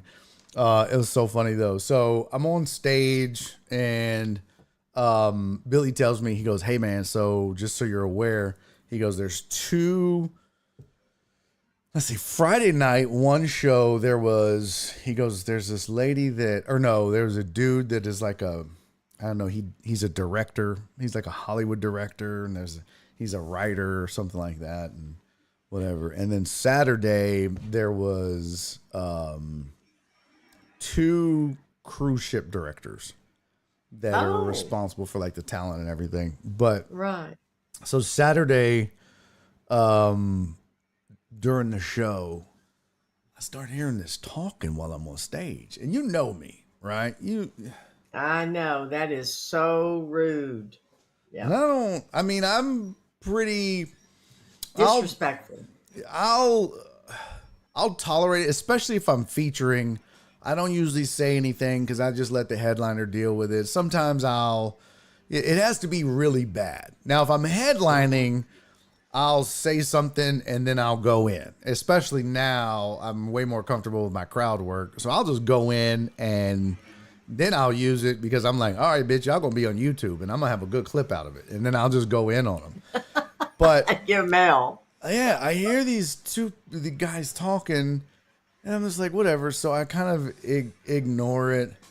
And then, because what happens is when you tell jokes that people can relate to, or that resonates with people, sometimes when they're at a table with their friends, they like to talk about the joke because it's resonated with them. So like, like if you talk about maybe a TV show, or like I have this bit I'm doing now about a CPAP machine, and people that are on CPAP machines, they can resonate with that. And so they're like, oh my God, that's so true. And so they want to talk about it with their friends, which is cool. But at the same time, you got to shut the fuck up because it's a comedy show and we're on to the next joke. You can't be talking with your friends for 5 minutes about a joke that was 5 minutes ago. So these 2 dudes are talking and it's getting louder and louder and louder. And pretty soon it sounds like there's like 5 or 6 tables talking to my left. And I was like, and finally I was just like, hey, what's going on over here? Like why is it so loud over here? What is happening? What is going on? And this one lady goes, "These 2 won't shut up." And I was like, oh shit, she just straight up snitched on these 2 dudes. She was like, "They won't shut up." And I was like, hey guys, man, look, I appreciate y'all, man. I hope you're having a good time, but if you're all going to talk, man, just go out in the lobby. Like, that's cool if you don't want to, listen to the show. If you don't like the show, that's fine. But if you're going to talk, man, just go out in the lobby or something. But, I can hear you. Yeah. And then that's the standard line. But I was just like, you're not at home at the trailer watching TV. Just fucking, just shut up and enjoy the show or go outside. But you got to stop talking, man, because it's disturbing everybody around you that is paid for the show and wants to watch the show and enjoy it. Okay? They're like, yeah. I was like, cool, man. I appreciate you guys. And I was just kind of sitting there for a minute, and I think this one lady in the crowd, I guess she thought I didn't know what the fuck I was doing, or that I maybe looked like I lost my place or didn't know where I was at, because she yells out, because I have this joke of this bit I do about Pornhub, and she yells out, "Pornhub joke." She must have been there more than one night. No, because I was in the middle of that joke when they interrupted. You were in the middle of it. Oh, okay. So she was trying to tell me where I was to get me back on track, and also to okay, back to your set. She was a Karen. And I was like, so guys, and she goes, "Pornhub joke." I was like, bitch, I got this. Shut the fuck up. The fucking crowd lost it. I was like, I got a wife. I don't need a fucking work wife. Shut the fuck up. God. And the crowd lost it when I did that. Because I was being real cool to the dudes. But then when she's like, "Pornhub joke," I was like, bitch. Oh, Barry. Shut the fuck up. I don't need a work wife. You didn't call her a bitch. I did. Oh, fuck, I didn't. I did. I got it on video. I'm going to fucking release this fucking video, too. It's going to be out there on socials. At Barry is Funny. Yeah, hell yeah. I was like, I got a work wife. I was like, I got a wife. I don't need one at my job, too. Shut the fuck up. Oh, my And then she got quiet, and then everybody was laughing, and I was like, shit. Anyways, where was I? Oh my God, it was so fucking funny. Oh my God, now that's funny. Yeah, it was fun. I loved it. Yeah, You had a good I love time. shit like Well, you that. think they're going to be asking you to go on a cruise ship? They loved it. They loved it. That's great. Oh yeah, they were like, how come you're not doing cruise ships? I was like, just not yet ready yet. They're like, the money is so good. They're like, you work 3 days a week. Is it really? Oh yeah. Like first year you make, I've had them tell me, like, I've had comics that work the ships tell me, your first year, cause you don't get the best or the most or whatever, but your first year you might make like $80K. You're First year. kidding. Yeah. And you'll work like 3 days a week, but you don't even have to And work why every aren't you week. doing it? And the good thing about it is you can go right out of Galveston instead of having to fly somewhere to get on. Yeah, a ship. sometimes they'll fly you. Like sometimes you have to Yeah. leave out of Florida, but it just depends. But yeah, you're usually gone Saturday, Sunday, Monday, and then you're back. Tuesday through Friday, supposedly. Yeah. But Well, heck. I don't know. Well, Barry, open the possibilities. Open your mind. We'll see. I don't know. Well, mother. What did you tell them you weren't interested at all? No, I was like, oh, that's so, I just got their info. I was like, oh, well, I appreciate it. Thanks for, thanks. I don't know. I don't know if I want to do that just yet. I'm kind of holding out, trying to still, Yeah, I make know where a you make are a on career some here on things. land. Right. But I don't know. To me, that's been kind of the fallback plan, but you have to fall back. Pretty good money, though. Mm-hmm. I mean, Oh man, some of them. I mean, it's nothing to be a couple years in and you make six figures. Easy. really? Easy. Well, does Nora like to cruise? No, not at all. Oh, Not at all. you're Hates it. kidding. No, God, no. Has she ever been on a cruise? She hates water. She hates all that shit. No. No. So. Oh, Nora, she's never been on a cruise, has she? Trying to think. Some people don't like it. They don't like the idea of being out there in the middle of the ocean and No, not I knowing think what's for her, under what 'em. it is she doesn't like being confined. And then, Yeah, that some people have that. They well, don't like now being out remember, there she's in a a boat. germaphobe. She's a germaphobe. Yeah. And Oh, well. cruises is just disgusting, right? It's buffets and it's sick people Well, and I told you I lost shit a friend a week spreads. ago because of COVID they got on a cruise. Yeah, well, and Yeah. see, she'd be like, nope. And So, I'm going on a cruise in a month, so oh God, mother, be careful. You got your COVID I'm shots and everything? training. I'm training on a cruise. So my cruise is free, but Oh, that's good. man, Well, last be time we went careful. on a cruise, oh, I know. Last time we went on a cruise, Paul and I, we had to wear that darn mask all the time. And when you walked into the buffet, they had the buffet police, and they would make you go over and watch you wash your hands before you even went in and to the buffet. Really? And I'm like, yeah. I That's mean, they would crazy. say, washy, washy. What the That's what fuck? they would say. Yeah. What the Paul and fuck? I look at each other like, You're come like, that on, sounds we're not little racist. kids. Washy washy. That's what they'd say. That sounds so we go racist. do it.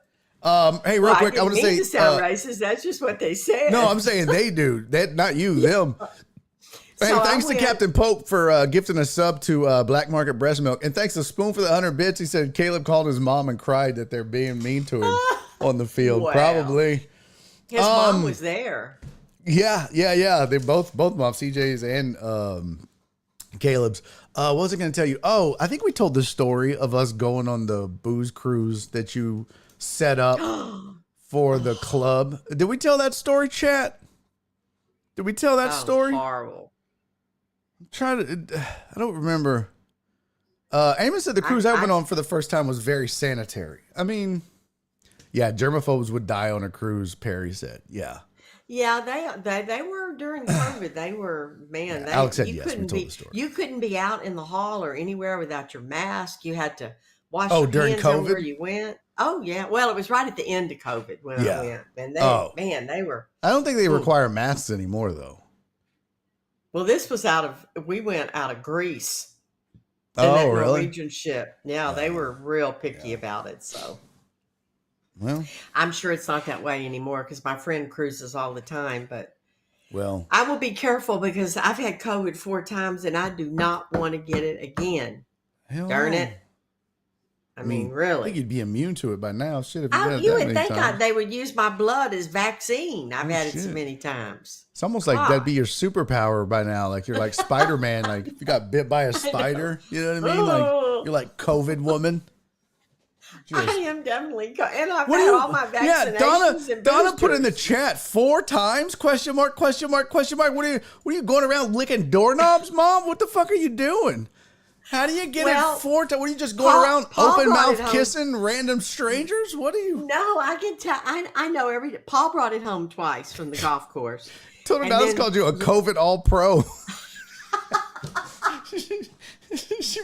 she made the COVID All Pro first team. I am. I should get an award for that. Hashtag Seriously. Wuhan Jenny.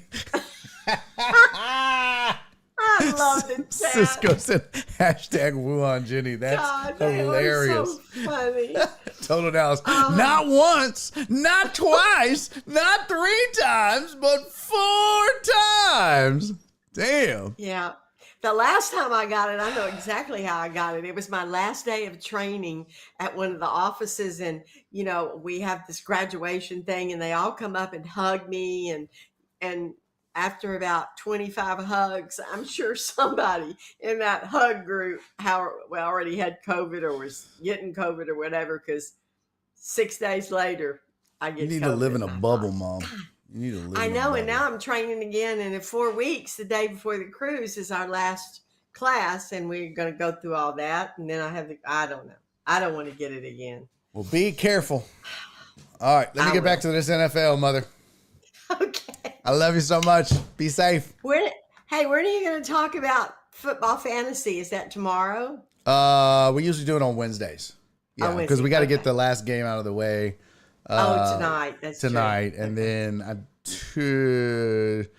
Yeah, Tuesdays. I'm trying to remember what we do on Tuesdays, but I usually try to get I to it either can't. Tuesdays or Wednesdays. Maybe I could. Yeah, I can. I'd listen in on Wednesday. Okay. Yeah. All right, honey. Love you, Bye, Mom. everybody. Funny chat.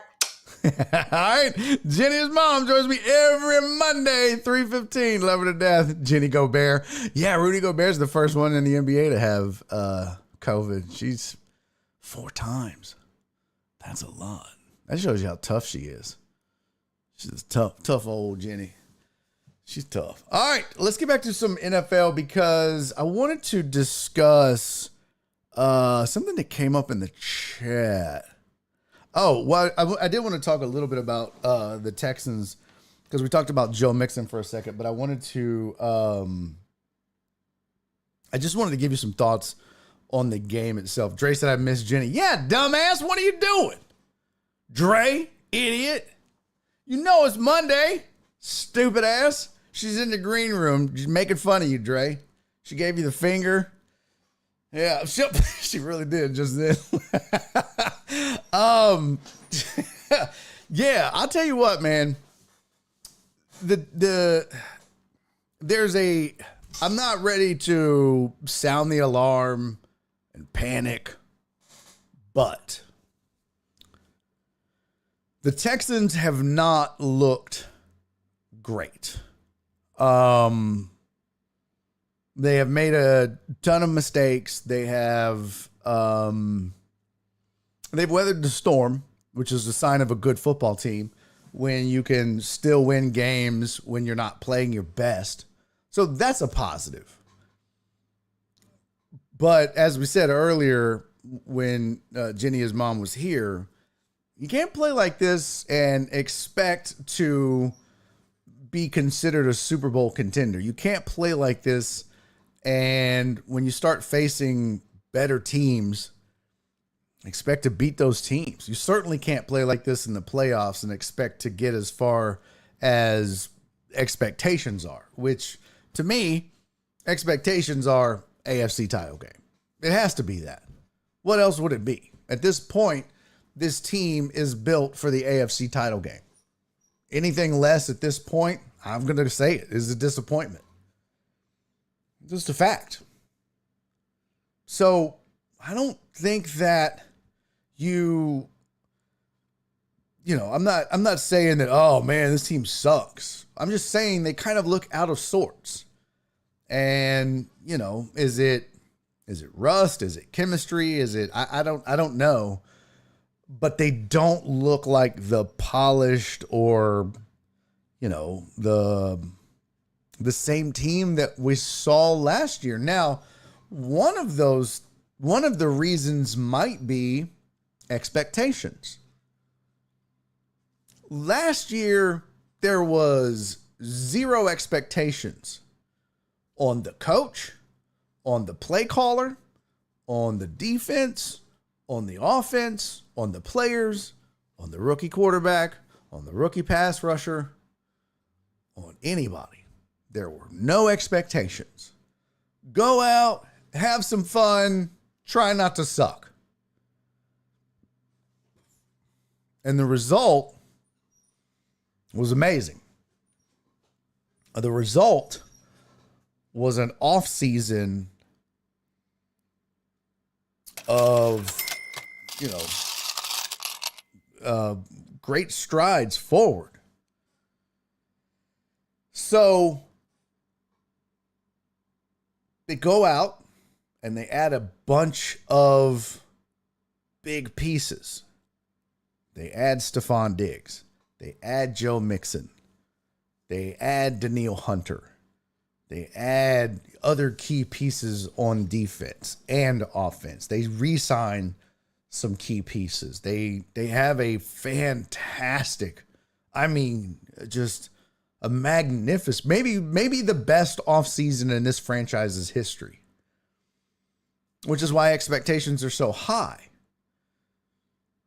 And you've got the rookie of the year on offense and defense. You've got what many would say could have been, coach of the year as a rookie head coach. I mean, if they gave out the award for, offensive coordinator of the year or rookie offensive coordinator of the year. You probably had that. I mean, it was just so much. GM of the year. It was just so many things. Owner of the year. Like, it was just this franchise, man. There's a ton of expectations. And I think what you're seeing through 2 weeks, one, you're seeing a little bit of chemistry that still is needing to be found. But two, I think guys are playing maybe just a little bit tighter. Just a little bit. I'm not saying that, you know,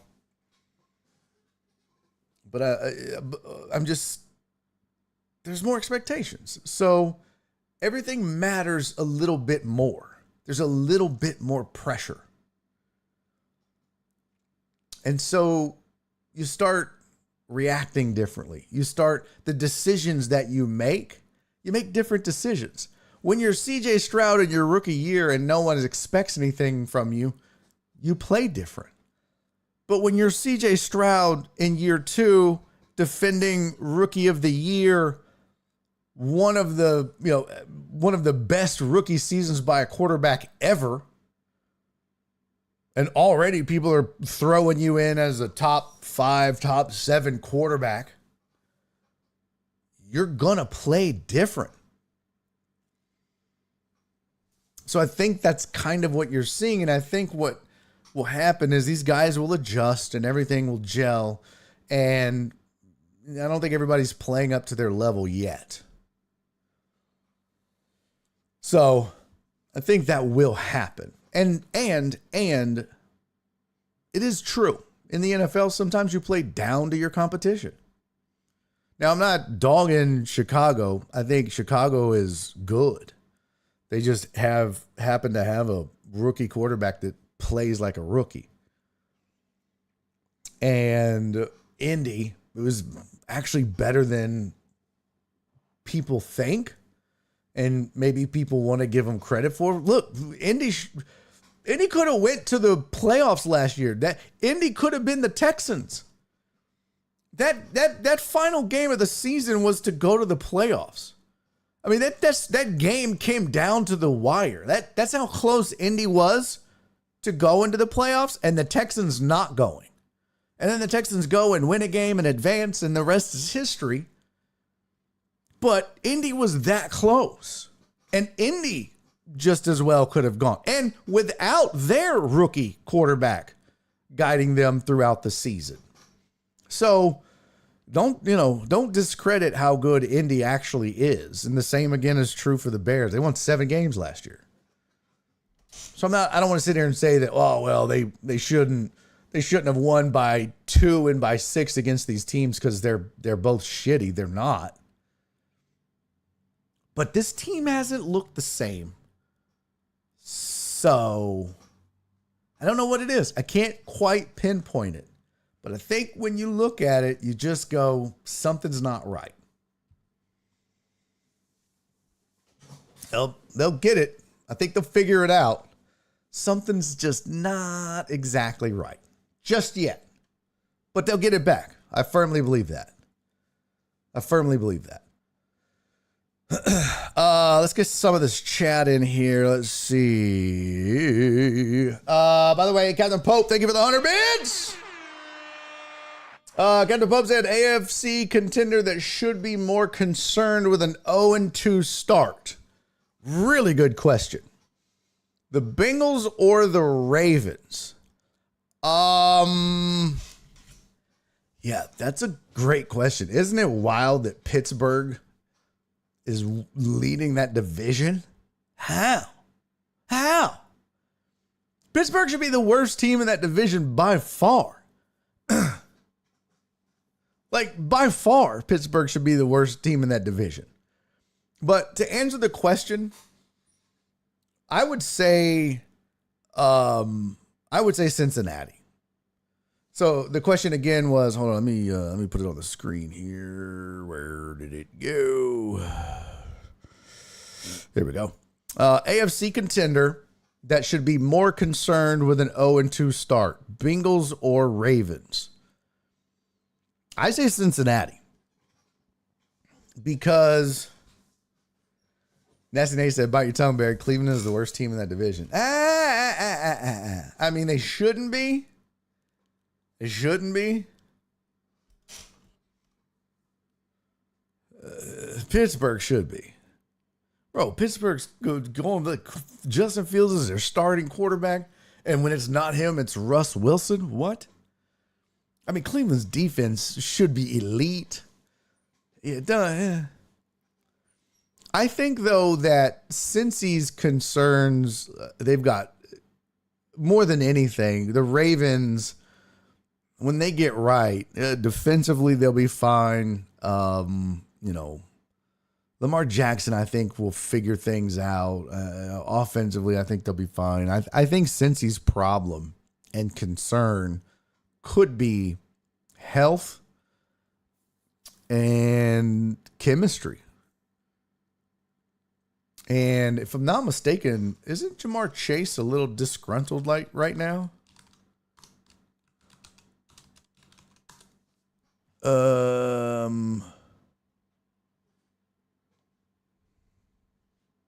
Isn't he upset with his contract? Wasn't he the one? Yeah. So Jamar Chase feels misled by Cincy regarding his contract extension.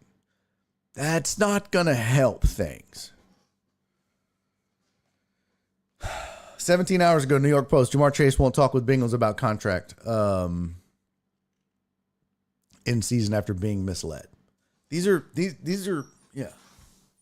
So yeah, he's pissed off at the referees. Like this is the kinds of things, and then that bleeds over into the locker room, and now you got Joe Burrows dealing with things, and yeah, I'm not worried about you can't hold the water bottle. Okay, Detective Internet, calm the fuck down. That's ridiculous. But I think Cincy has bigger problems. Now, they got a hell of a head coach. You got to give them credit for that. And, I mean, last night, it's not like they got blown out. Kansas City, Spoon, cover your ears, buddy. This is going to hurt. This is going to hurt, Spoon. Mr. The NFL hates the Chiefs. Boy, they got some generous ass calls last night. I ain't gonna lie. It was like, what? I saw a stat, something to the effect of Patrick Mahomes has had 17 interceptions called back on defensive penalties. The most in the NFL over the last 3 or 4 or 5 years. What? What? Oh, boy, they sure do hate Patrick Mahomes. So, yeah, that's always going to be the case, Boom. Always going to be the case, but you can sometimes just feel the lopsidedness in a game. Yeah, Perry said, NFL hates the Chiefs. I'd say it's the complete fucking opposite. Yeah. That's what I tried to explain to him. But he was like, no, they hate the Chiefs. I'm like, bro, why would they hate the Chiefs? Travis Kelce and Patrick Mahomes are the darlings of the NFL. They're everywhere on TV. This is the equivalent of in the 2010s and 2000s saying that the NFL hates the Colts and Peyton Manning. What are you talking about? They're the bell cow. They're the cash cow. What? They got goddamn Taylor Swift on their side. Why the fuck would the NFL hate that? No, it's not a small market. They've got Taylor Swift. It's absolutely not a small market with her involved. By the way, what's up, Jamal? Yeah, that's she changed the whole game. And that has really nothing to do with it, especially if small market mattered, then Patrick Mahomes and Travis Kelce wouldn't be doing the national commercials that they get. And that small market thing, I mean, Peyton Manning was in Indy and Denver, and look how much national notoriety he got. Both of those are small markets. I mean, Daniel Jones is in a big market, and the Giants fucking suck. Aaron Jones is with the Aaron Rodgers is with the Jets, and they're trying to make them relevant, but they can't get the Rams or the Chargers to be relevant. It's the good players and good teams are going to be what's relevant. Market be damned, and they're going to go where the money goes. Period. Tony, I swear to God, I'll time your stupid ass out.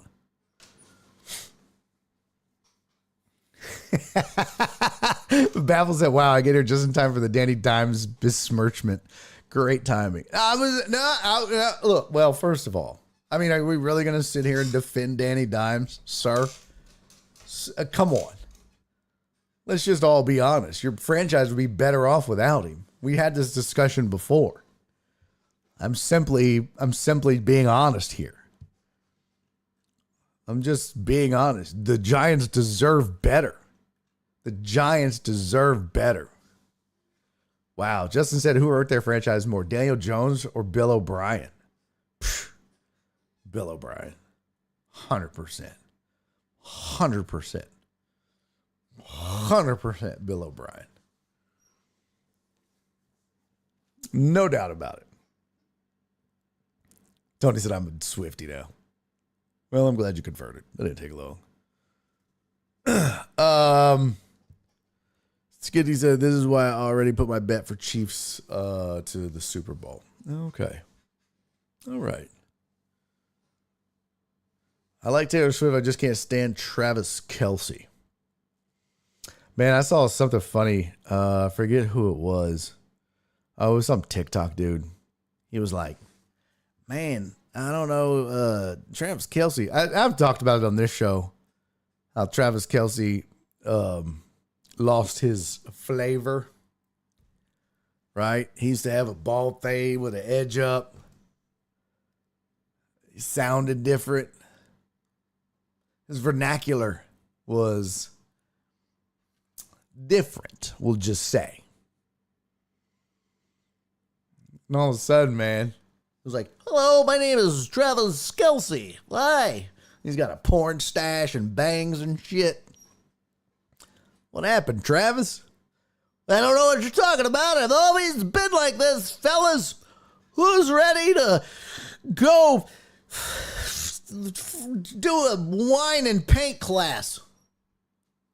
What? The fuck? What? Man. Code switching ass. I believe that's what the kids call code switching.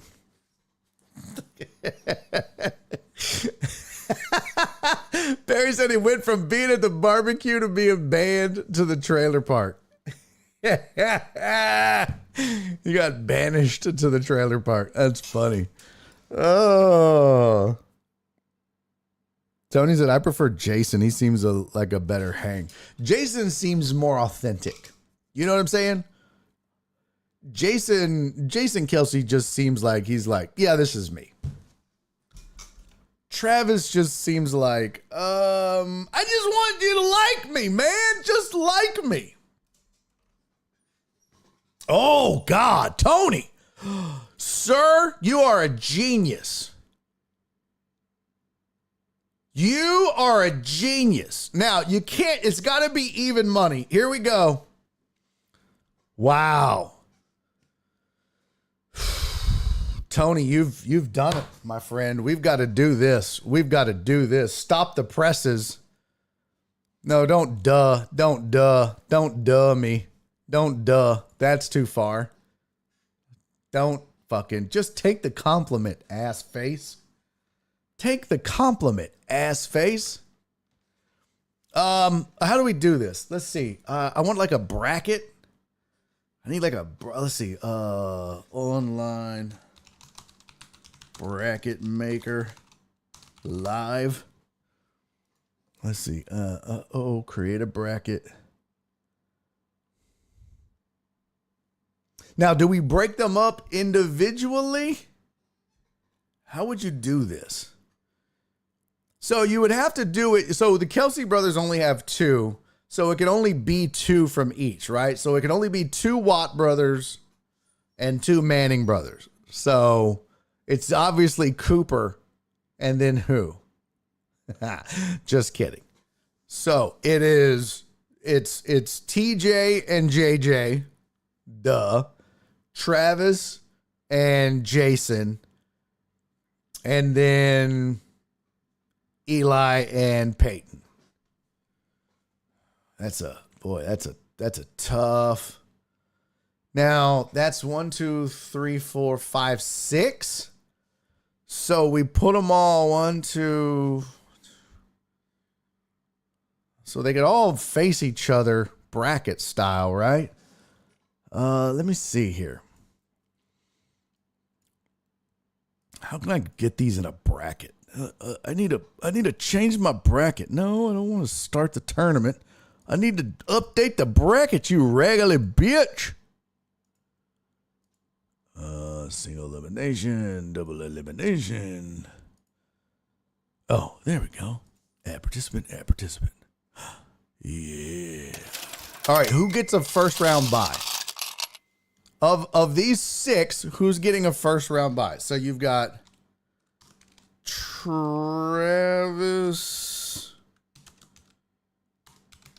Kelsey, Jason, Kelsey. You got Eli Manning.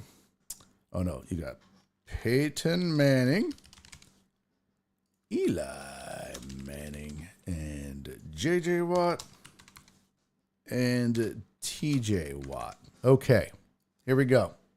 Now, let me share this. Oh, Tony, you're a genius. I swear to God. And here we go. So, who's getting the first round buys? Bang Brothers, the Barbers. What? Just let the Mannings fight the Cars. Oh, should we add the Cars? Sterling and Shannon? Oh, my God. Okay. Shannon Sharp. Sterling Sharp. David Carr.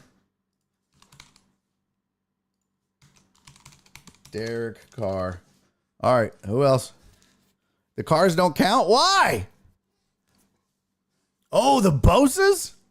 Oh, so we're going to have a big boy bracket and then a little boy bracket? This is getting too complicated, people. Oh, the Diggs. Oh, we got to have the Diggs and the Barbers. Jesus Christ. So now, you know what? Okay.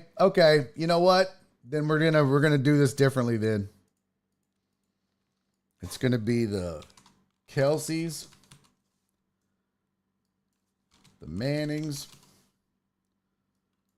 the Watts, the Sharps, the Barbers, the Diggs, the Cars. Who else? Not the Doobie Brothers. Shut up, Skiggity. The Boses. Who else? Boses. That's 8 teams. Am I missing anybody? Tag team style. Yeah. Let's see. Just brothers or families? Brothers. This is brothers bracket. The Matthews brothers. Ooh, good one, Steve-O. How about the Winslows? Carl. Vernon and Vontae Davis. McCourty's. Now we're reaching. All right. These have to be, I mean, the Cars is a reach, actually. Oh, the Bennetts are good. The Bennetts are good. I like the Bennetts.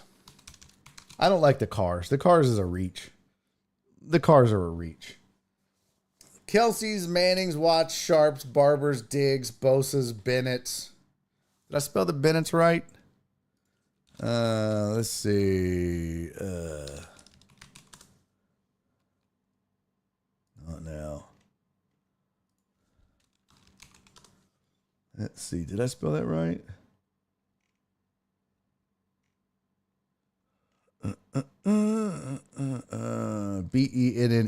TT. 2 T's. Got it. All right, so this is the brothers bracket. So Diggs, Barber. Let's see. Can we name the bracket? Bracket name. Uh-oh. All right, single elimination. Okay. Bum and Wade. No, not the McCaffreys, not the Joneses. Not the Ryans. That's ridiculous. The Matthews are too old. They would have been good in the 80s. The Gronkowskis, no. I think we're good here. I think the Bennetts might be too old too. It's got to kind of be current. The Sharps. This is getting out of hand. This has gone too far. Because it really needs to be current. Yep, it needs to be current. The Pouncey brothers. Oh, yeah. Pouncey's better. I like that. So we're going to get rid of the Bennetts. Pouncey brothers. Bosa's are still relevant. The Diggs are still relevant. The Barbers are not. They're gone. The Sharps are not. They're gone. And really, the Mannings aren't playing anymore. They're gone. Although they're annoying, but they're not playing. So now we need one more brothers combo that's playing. Or I guess we can leave the Mannings in there because they're relevant. Oh, the Griffins, really? You're going to throw a 3? They got 3 hands, bro. That's terrible. We'll leave the Mannings in just for the storyline. Okay. All right, seeding. How are we going to seed these? Let's see. We're going. Number 1 seed would be. Uh-oh. Why did I do that? Manning brothers. Kelsey's would be a 1 seed.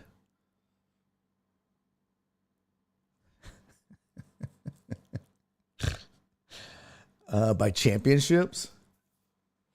Oh, wow. That's not bad. Wow. No. Let's see. I think we're good here. I think a 6-team bracket. How do we do this? I mean, if we do it by championships, the Diggs don't have any. I don't even know. The Watts don't have any. You could do it by MVPs. Cooper and Red Solo Cup. That's funny. We should do it by net worth. We should do it by followers. Oh, that would be crazy. No, I'm just going to do it. I'm going to seed them. Fuck it.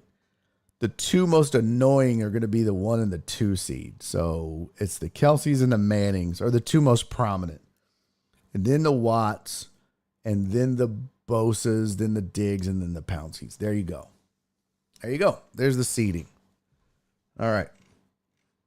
So it's the Kelseys, they get a first round bye, and the Mannings get a first round bye. And no, we're not doing the Barbers. We're doing relevant current names. I'm not going all the way back and shit. Y'all be trying to add all kind of bullshit. Y'all trying to add shit from fucking the 40s and shit. Not doing all that. No, not doing all that. Because really, boy, I'd love to see the Watt brothers and the Bosa brothers. Now that would be a good matchup. Flip said, can you zoom out a bit so I can clip it?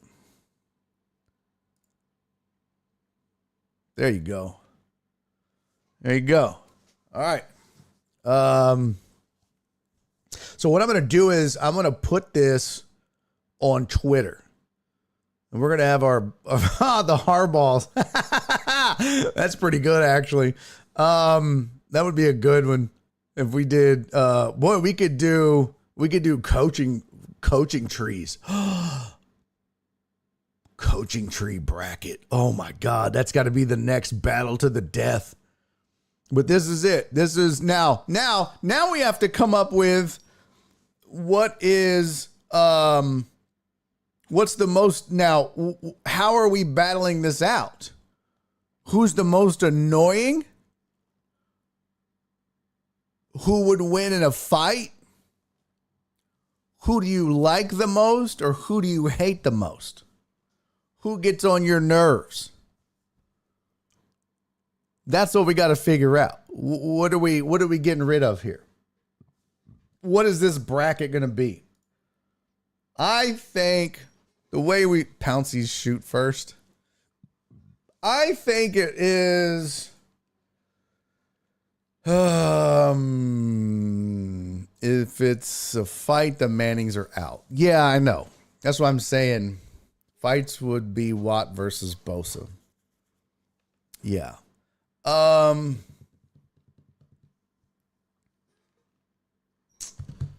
Let's see. What most fun to get drunk or high with?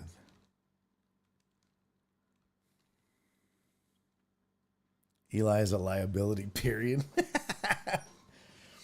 How about we do least annoying brother combo?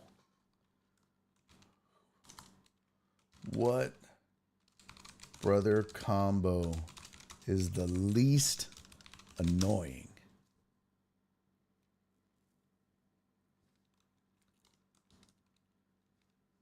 Least. Or should we do most? This is tough. I think it should be least.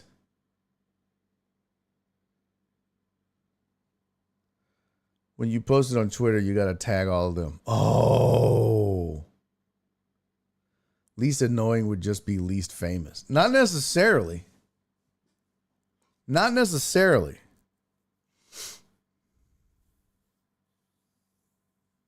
Not necessarily.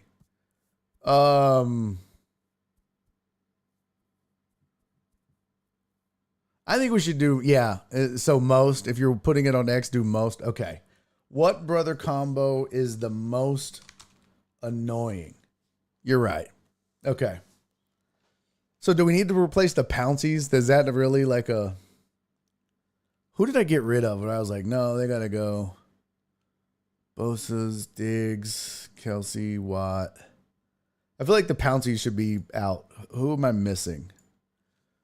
Current modern day brother combo in the NFL. Gronks. Jovan Musk. No, but Dalvin and James Cook aren't really that. No.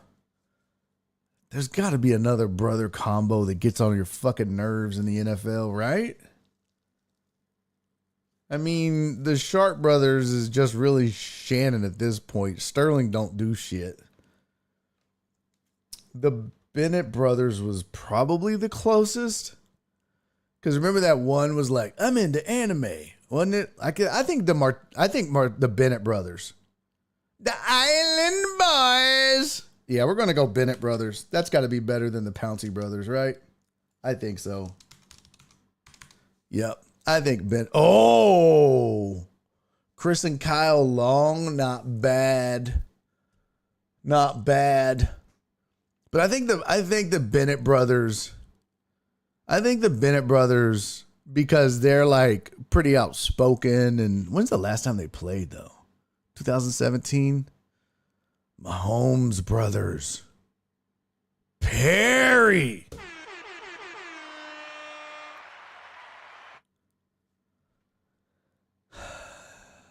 Can't escape them. Their shtick has gone on way too long. Who? Kelsey's run away with this exercise. I don't know. The Mahomes brothers is pretty fucking annoying. Underdog, baby. That was going to make it really tough. Perry, that was going to make it really tough. It don't matter. He's NFL adjacent. He's NFL adjacent. NFL adjacent, baby. I like it because it's his brother. He's out there. I dig it. I like it. I like it. I like it. That's going to make it tough. Can we think of one better? Let's see. NFL. If there's one thing we know about the Sharp brothers, they ain't going for it. Sterling had their turf toe that cut off his career. Shannon has the case of TMB. NFL brothers. Devin and Jason McCourty, Peyton and Eli, Dan, Chris, and Rob. Clay and Bruce Matthews, Jason Scott, Chelsea, the Bennettts. Nick and Joey Bosa, the Barbers, Champ and Boss Bailey. DJ, Derek, and TJ Watt, Chris and Kyle Long, Trevin and Stephon Diggs. We got Shaquille and Shaquem Griffin, Jalen and Sammy Watkins, Ryan and Matt Khalil, Randall and Sam Cunningham, Vernon and Vontae Davis, Sterling and Shannon Sharp, and the Pouncies. Yeah, that's Luke and Josh McCown. Not annoying enough.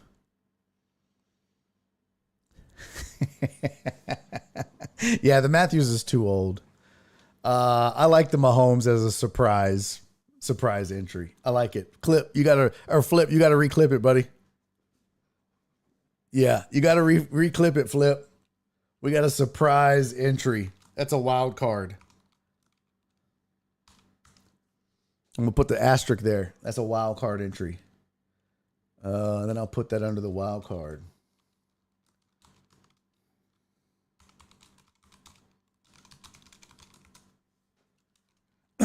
All right. I like it. I dig it. All right. Now, how do we get people to vote for this? Let's see. Theme. Classic card. Uh-oh. We like the classic. Yeah, okay. We'll do that. Show seeds. Traditional seeds. No, we don't want it to be private. Double-sided. No, we don't want double-sided. Rounded. Okay. I don't know what the fuck that is. Oh, round titles. No, we don't need the rounds. Show locations. No. Show times. No. Don't need times. Date format. No. Show dates. No. Check marks. Yes. Show scores. No. Show seeds. Yes. All right. How did you know Cam Newton had a brother that played in the NFL? Actually, I didn't know that.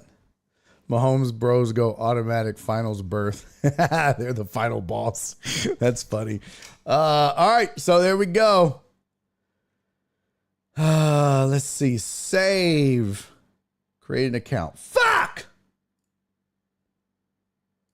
Motherfucker.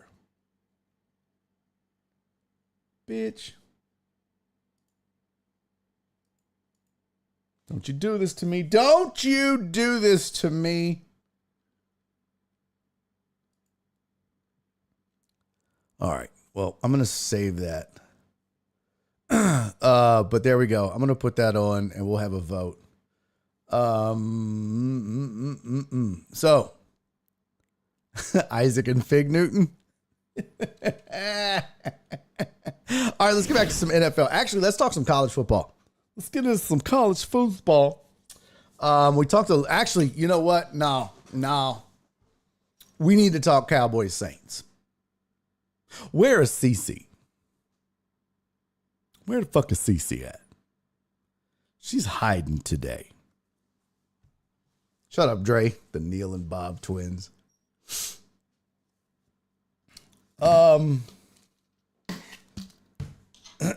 Jen said CC is busy. Mm-hmm.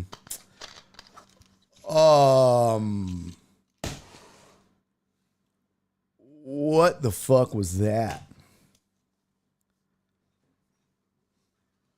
Wow. That game was crazy. I tell you what, man, I was not expecting this from the Saints, but I also was not expecting this. Oh, she's in Cancun, my bad. I also was not expecting this from the Cowboys. And I know Dre is going to come up in this chat and be like, I told y'all Dak sucks. Well, first of all, let's calm down. Dak did have an interception. That was his fault. But that first interception was not his fault. Okay? Not his fault. The second one was his fault. And they had a stat up that blew my mind. That Dak had gone a record number of games without throwing 2 interceptions in a game. Some impressive ass number. Like, crazy.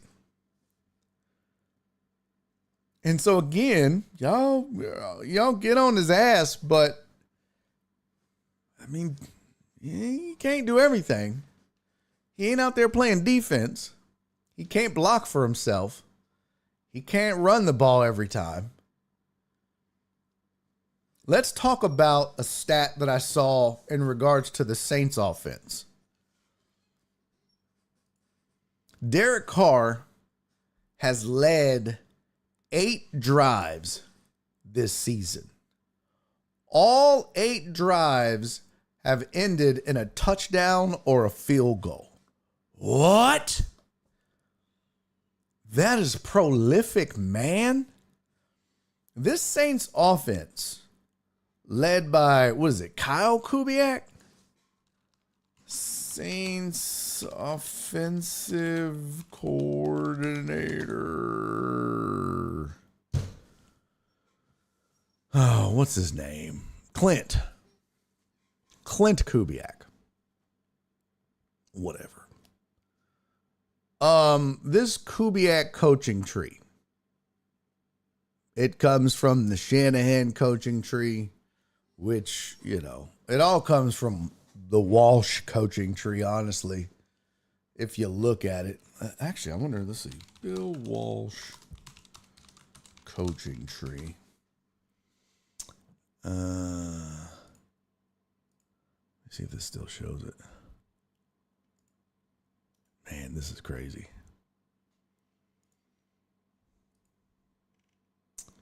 Yeah, Bill Walsh to Mike Holmgren, Mike White, Ray Rhodes, Sam Weish, Dennis Green, George Seifert, Bruce Coslett, Chuck Stingley, Steve Mariucci, John Gruden, Marty Morningwig, Andy Reid, John Fox, Jim Fossil, Sean Payton, Bill Callahan, Mike McCarthy. So Walsh to Ray Rhodes to Mike McCarthy and Sean Payton. Walsh to Sam Weish to, let's see, no, where's the, oh man, where did it go? There we go. So it goes Bill Walsh to George Seifert to Mike Shanahan, and then Bill Walsh to George Seifert to Gary Kubiak. So this all comes from, it's all West Coast offense, but it all comes from Bill Walsh, which is amazing. Look at this. I wish there was a better image of this. This is insane. And then we'll get back on topic. But I just want you to see how crazy this is. This is the Bill Walsh coaching tree. So there's Bill Walsh in the center. And then when you start up here, it goes Mike Holmgren, who has under him Andy Reid, Marty Morningwig, John Gruden, Dick, I can't see that. Hold on. Yeah, I can't see that. And Steve Mariucci, who has Jim Mora, Bill Callahan, and Brad Childress come out from under them. It's just crazy. There's George Seifert, who has 2 Super Bowls. Bill Walsh has 3. George Seifert has 2. And then from Seifert, you go to Mike Shanahan, who has 2. And then from under George Seifert, you have Mike Shanahan, Pete Carroll, Gary Kubiak, and Jeff Fisher. What? Just from George Seifert. From Bill Walsh to Dennis Green. From Dennis Green, you go Brian Billick, Mike Tice, and Tony Dungy. From Tony Dungy, you go to Lovie Smith, Rod Marinelli, Mike Tomlin, and Herm Edwards. From Mike Tice, you go to Scott Linehan. Dennis Green to Brian Billick to Marvin Lewis, Mike Nolan, and Jack Del Rio. Man, that's crazy. Bill Walsh to Ray Rhodes to Sean Payton, Bill Callahan, Mike McCarthy, Joe Vitt. This is a lot, man. That's crazy. But this one in particular, the George Seifert tree, that's where you split off and you've got Fisher, who coached in a Super Bowl. Gary Kubiak coached in a Super Bowl. Pete Carroll's coached and won a Super Bowl. Mike Shanahan obviously has won 2 Super Bowls. And then on down the line, because then you've got Kyle Shanahan, who worked under Kubiak and his dad. And then, so you've got Kyle Shanahan, and then you've got under him, you've got Mike McDaniel. Because the Kyle Shanahan tree is pretty wild as well. Let's see if we do Kyle Shanahan coaching tree.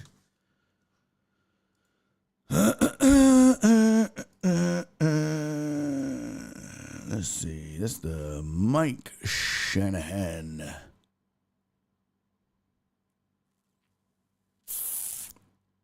Oh, here we go. The Mike Shanahan coaching tree is pretty wild. Here's Mike Shanahan's coaching tree. It goes Mike Shanahan, Gary Kubiak, goes to Kevin Stefanski and Clint Kubiak. Mike Shanahan to Art Shell, which goes Bill Callahan, Tom Walsh, and Mark Trestman. Mike Shanahan to Sean McVay, which goes Shane Waldron and Zach Taylor. And then Mike Shanahan to Kyle Shanahan, who goes Robert Saleh, Mike McDaniel, Mike LaFleur. And then Mike Shanahan to Matt LaFleur, who goes Matt LaFleur to Art Smith, Luke Getsy, and Nathaniel Hackett. And all of that falls under Mike Shanahan, who falls under George Seifert, who falls under Bill Walsh. It's just crazy. It's just crazy. Crazy. Revolutionary. Revolutionary. What about the Joe Gibbs tree? Hey, Susan, I know it's off topic, but did you catch the Canelo fight at all? I did not. I did not, sir. Joe Gibbs coaching a tree.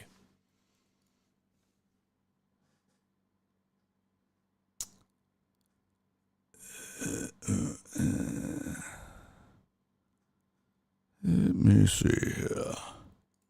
Oh, what is this? NFL coaching trees. Oh. Get out of here, Scram. Beat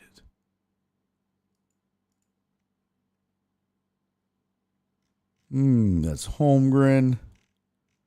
Andy Reid.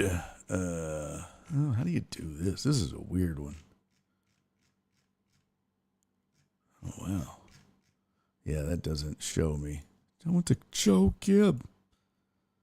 Bill Parcells. That's another good coaching tree. Very defensive minded, though. Let me see. There's Bill Walsh's coaching family tree.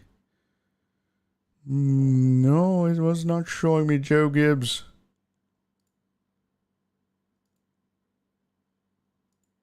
Yeah, I don't see it. I can't find it.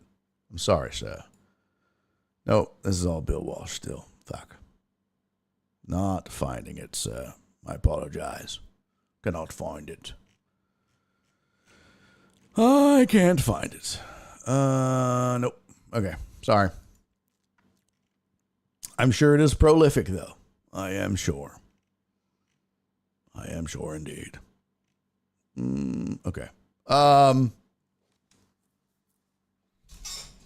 Yeah, Felicia says surprisingly a lot of good ones came from the Browns back in the day. Yep. Yep. Back to the Cowboys Saints.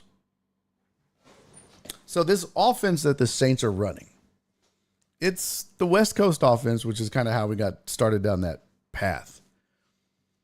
And in an era of, spread offense and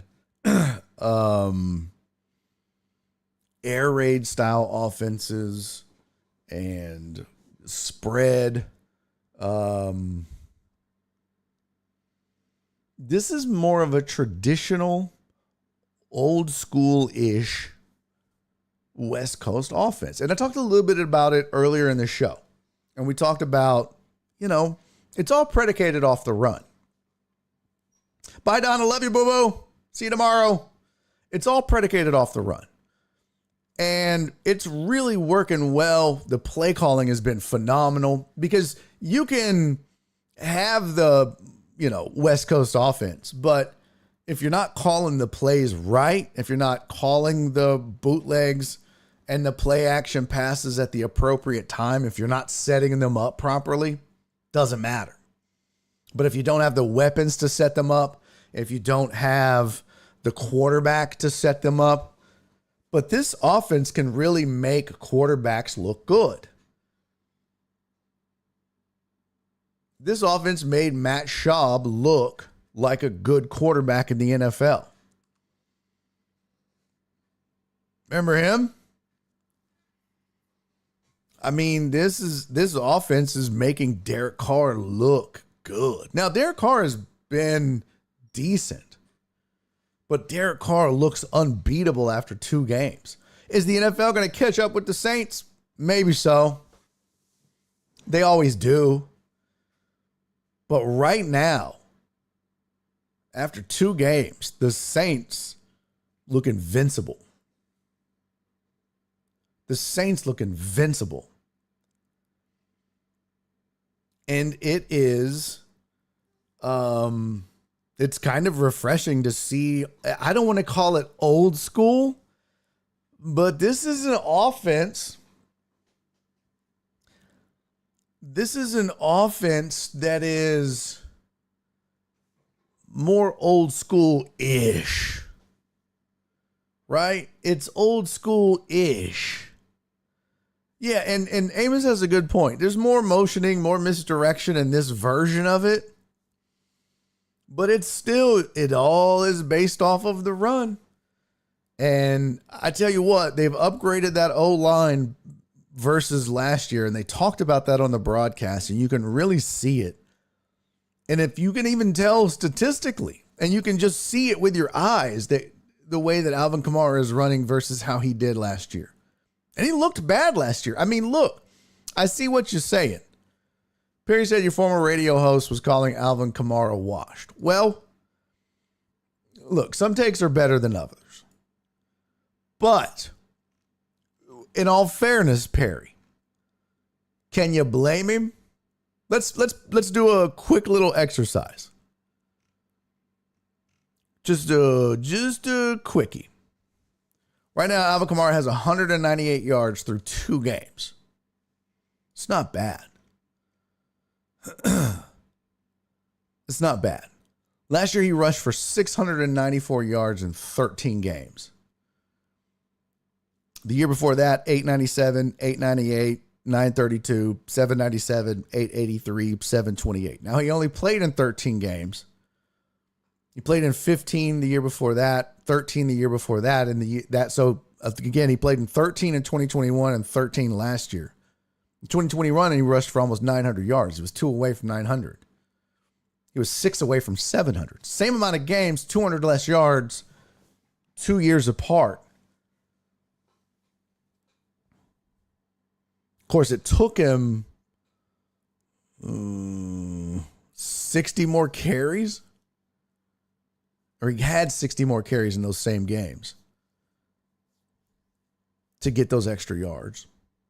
He averaged 3.9 yards a carry last year. That's not great. He's averaging 4.5 for his career. He's averaging 5.7 this year already. That's really damn good. But this is a dude who was averaging close to 5 yards a carry the first 4 years of his career. He went 6.1, 4.6, 4.7, and 5.0. And then it just kind of fell off after COVID. 3.7, 4.0, 3.9. And that's why people thought, okay, maybe he is washed. So I could see it. Now, granted, he did start to participate more, I guess, in the passing game, maybe. Well, no, I'm looking at that too. Production in that fell off. Passing yards, 826, 709, 533, 756. Those were the same 4 years that he had great numbers as far as rushing yards and average. And then the last 3 years, passing yards, 439, 490, 466. Numbers way down. Missed a lot of time. But when you're hurt, yeah, that goes into being washed. So I'm not saying that it's, that he wasn't necessarily wrong, but if I heard him make that take, I wouldn't be like, that's ridiculous. Because you could look at the statistics and here, I'll just put it on the screen for you. I mean, just looking at them, it's not absurd going into this year to think that, right? There you go. Look. 728, 883, 797, 932. And then he goes 898, 697. And then he falls off to 694. But look, 3.7, 4.0, and 3.9 after going 5, 4, 7, 4, 6, and 6. Touchdown wise, 8, 14, 16. And then he goes 4, 2, 5.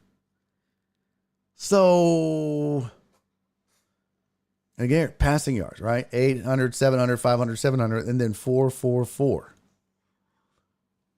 2, 1, 1 touchdowns, or 5, 2, and 1, excuse me. After going 5, 4, he only had 1 there and then 5, but 2 and 1 in the last 2 seasons. But man, he don't look washed right now. He's killing it. That offense is humming. Derek Carr it looks like through 2 weeks, Derek Carr's MVP.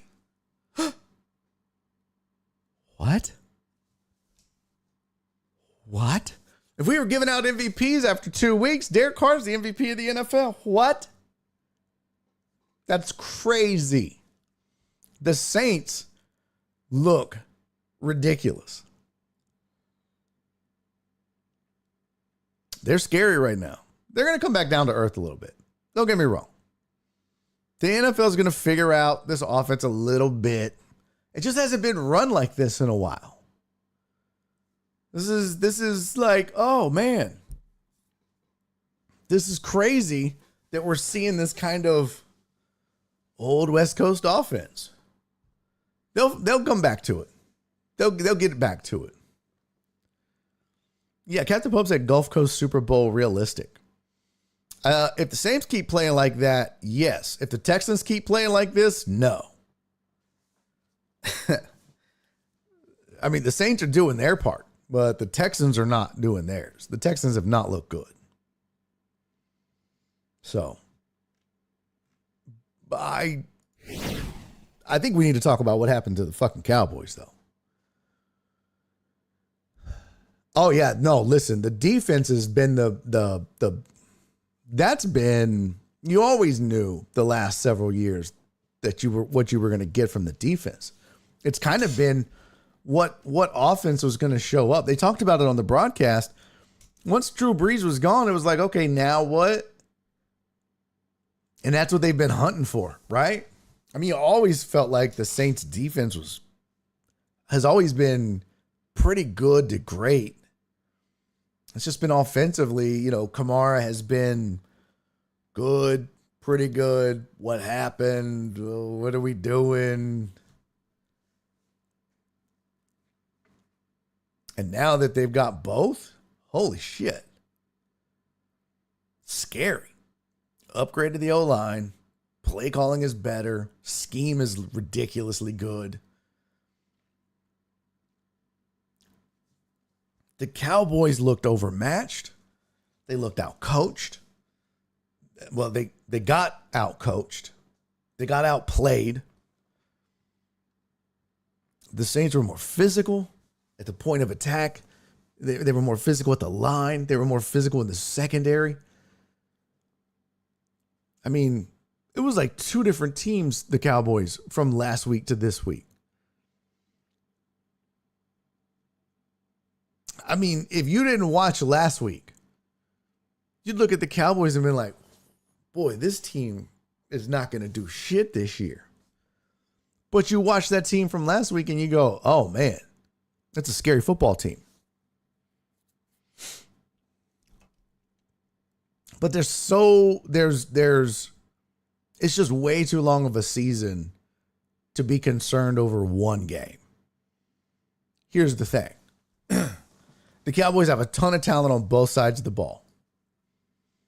Ton of talent. There's no reason to be worried. I think they got busted in the mouth. The Saints weren't scared. They probably underestimated the Saints.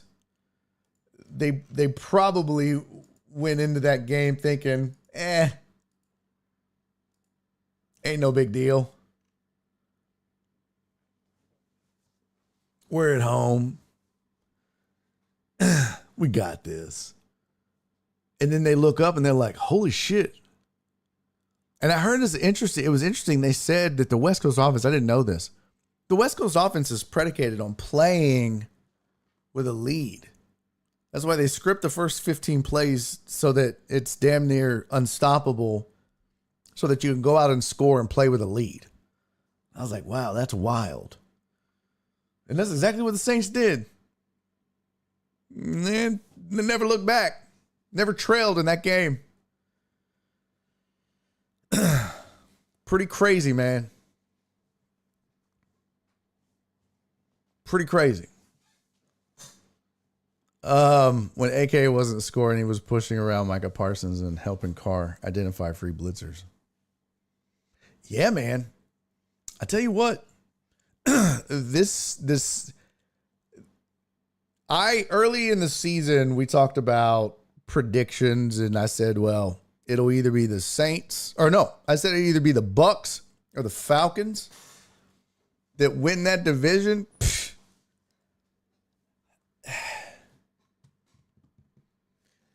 It doesn't look like it's going to be close in that division right now. Oh, man, Skiggity. Yeah, you're right. Saints, Eagles this week. That could be fun, man. It's going to be a lot of fun. People just didn't know the Saints were good, but you can't name a good team the Cowboys have beaten in the last two seasons under Mike McCarthy. I don't know about that. Let me see. I mean, Cleveland was supposed to be good. Let me go back. Let me look at their schedule from last year. That was the knock last year, wasn't it? Catfish. That they didn't beat anybody good. Let's see. They beat Green Bay, but that was no. Giants, Jets, no. Arizona, no. New England, no. Lost to San Francisco. Chargers. Beat the Rams. Lost to Philly. Seattle. Beat Philly. So they beat Philly. Lost to Buffalo and Miami. They beat Detroit last year. I mean, yeah. So they beat Detroit. They beat Philly. They beat the Rams. I mean, that's three pretty good wins last year. Yeah, I'd give them credit for those wins. I'd give them credit for those wins. So, and that's, Dre, that was the final point I wanted to make. You stole my goddamn thunder. This is the first time that I can remember watching, and I was driving when I was watching this. I shouldn't say watching. I had my phone and my little thing when I had Fubo up, but I wasn't really watching. I was just listening. But yeah, Skiggity. Detroit fucked themselves that game. Yeah. But this is the first time I could remember listening or watching a Dallas Cowboys game and them talking about the running back and me going, who? Who? Who's running? Who got it? And they'd be like, oh, Emmitt Smith's in to give what's his face a breather. I'm like, oh, well, at least I know that name. And oh, what's his face is back in. I swear it probably says what's his face on the back of his jersey. I'm with you on the whole running back thing. But you can't pay everybody, and that's the problem. That's the problem. So, Cap Pope, thank you for the 100 bits, buddy. Circling back to Texans division, Titans, Jags, and Colts, all 0-2. Yeah. Let's go through the scores real quick. We'll go a little long today. Let's get through the scores real quick and talk about that, because I want to get to the divisions. Here we go. This is all of the scores, and then we'll do some injuries, and then we'll skedaddle. We didn't get any college in. I wanted to talk about Arch Manning. Damn, might go a little late today. Oh, Dalvin Cook was signed, but he's washed up. Yeah, see, that's what I'm saying. Like, here we go. The Bills beat the Dolphins 31-10. Oh, see, I didn't even get to talk about that. This is my take on Tua. I was talking about this this past weekend with Billy D. Washington. And he was like, his take was, I wouldn't play anymore. I'd just walk away. And I wouldn't let him play if I was his coaches or his people or whatever. What up, Joe Bro? Heartthrob said, yeah, let's not. Here's my take, or what I think you're going to see when Tua returns. I think Tua comes back. I think he plays. I don't think he retires. Hal said, I know he probably won't, but I wish Tua would retire. PBW said, rest in peace to Tua. Captain Pope said, NFL has to make him sign his life away if he insists on playing again. Avoid the lawsuits. Everybody says rest in peace to Tua. He's not dead. Here's my take. I think what you're going to see, I think he comes back. I think he plays. I think he continues to play. But I think Tua will be the first player, at least quarterback, because I think one other player may have played with it. But I think he'll be the first player to play with that big-ass helmet thing. What do they call that big-ass helmet? Let's see. Large helmet in practice NFL. It's called the Guardian Caps. Yeah. So Al said there's a lineman that has the Guardian cap. I think you're going to see Tua become the first quarterback, skill position player to wear one. Well, and Catfish said he didn't want to wear one. I think at this point he has no choice. That's exactly what I did, Perry. Big ass helmet thing. I put in a large helmet. So, I think Tua does come back. I think he understands the risk.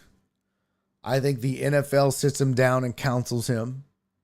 And I do agree to a certain extent that they say, hey, listen, man, there's got to be some... You're going to have to take some responsibility for this because we're advising you not to play, right? Our doctors, our people, we're going to advise you not to play. And we're going to advise you if you do play that you wear the Guardian helmet. And for those of you that don't know what I'm talking about, this is what it looks like. So it's a lot of padding on top of the regular helmet. It provides a extra layer of protection. And I think the other conversation, to Catfish's point in the chat, I think the other conversation that has to be had with Tua is, buddy, you're a pocket passer now. If you're going to play, I know you want to run. I know you want to scramble, but no, it can't be that anymore. If you're going to play, you're going to have to adjust to life as a pocket passer. You're Tom Brady now, okay? You're not Josh Allen or Jalen Hurts or whoever you want to be. You're going to have to sit in that pocket and throw. And when your instinct kicks in to take off running, just throw the ball away. Just throw it away. Oh, well, if I do that, do I have to wear the big stupid helmet? Yes. Yes. You still have to wear the big stupid helmet. But you're no longer a scrambling quarterback. You no longer can run. You've got to sit in the pocket like you're a big, slow, white Tom Brady. And if you're getting rushed, you just fall down and live to fight another day. You go Matt Schaub on him, feigning goat style. Night. Live to fight another day. We'll take the sack. Because you know what? I'd rather you take the sack, get up, let's huddle up, we'll punt, versus you getting out and running. Yeah, I know. He had a concussion in the pocket. I get it. But getting out and running is way more dangerous. Because he lowered his head, and that's how he got the concussion. Why is Tua lowering his head to take on contact? What are you doing? Slide. What are you doing? So these are the conversations that have to have. But I think he comes back. But I think when Tua comes back, that's what he's got to have. Is he going to get made fun of? Yeah. Does it matter? No. Do you want to play? Do you want to win? Embrace it. So that's my take on that. All right, let's get through the scores. Close that. Close that. And that. What the hell is this? There we go. Thank you, Flip. If he plays, he's not going to stay in there. He's always going to try and run in that situation. No, I get it, Uriel, but that's when you go, all right, if you do run, you got to throw it away. If you do run, you got to slide. No more ducking your head and trying to take on defenders. No more any of that stuff, all right? None of that. No. Can't do it. All right, here's the rest of the scoreboard in the NFL. Let's get to it. Miami lost to Buffalo 31-10. Boy, what does it say about just how bad Josh Allen is right now and how bad the Bills' offense is that Tua left the game with a concussion and he was still the leading passer in this game? Josh Allen was 13 of 19 for 139 yards.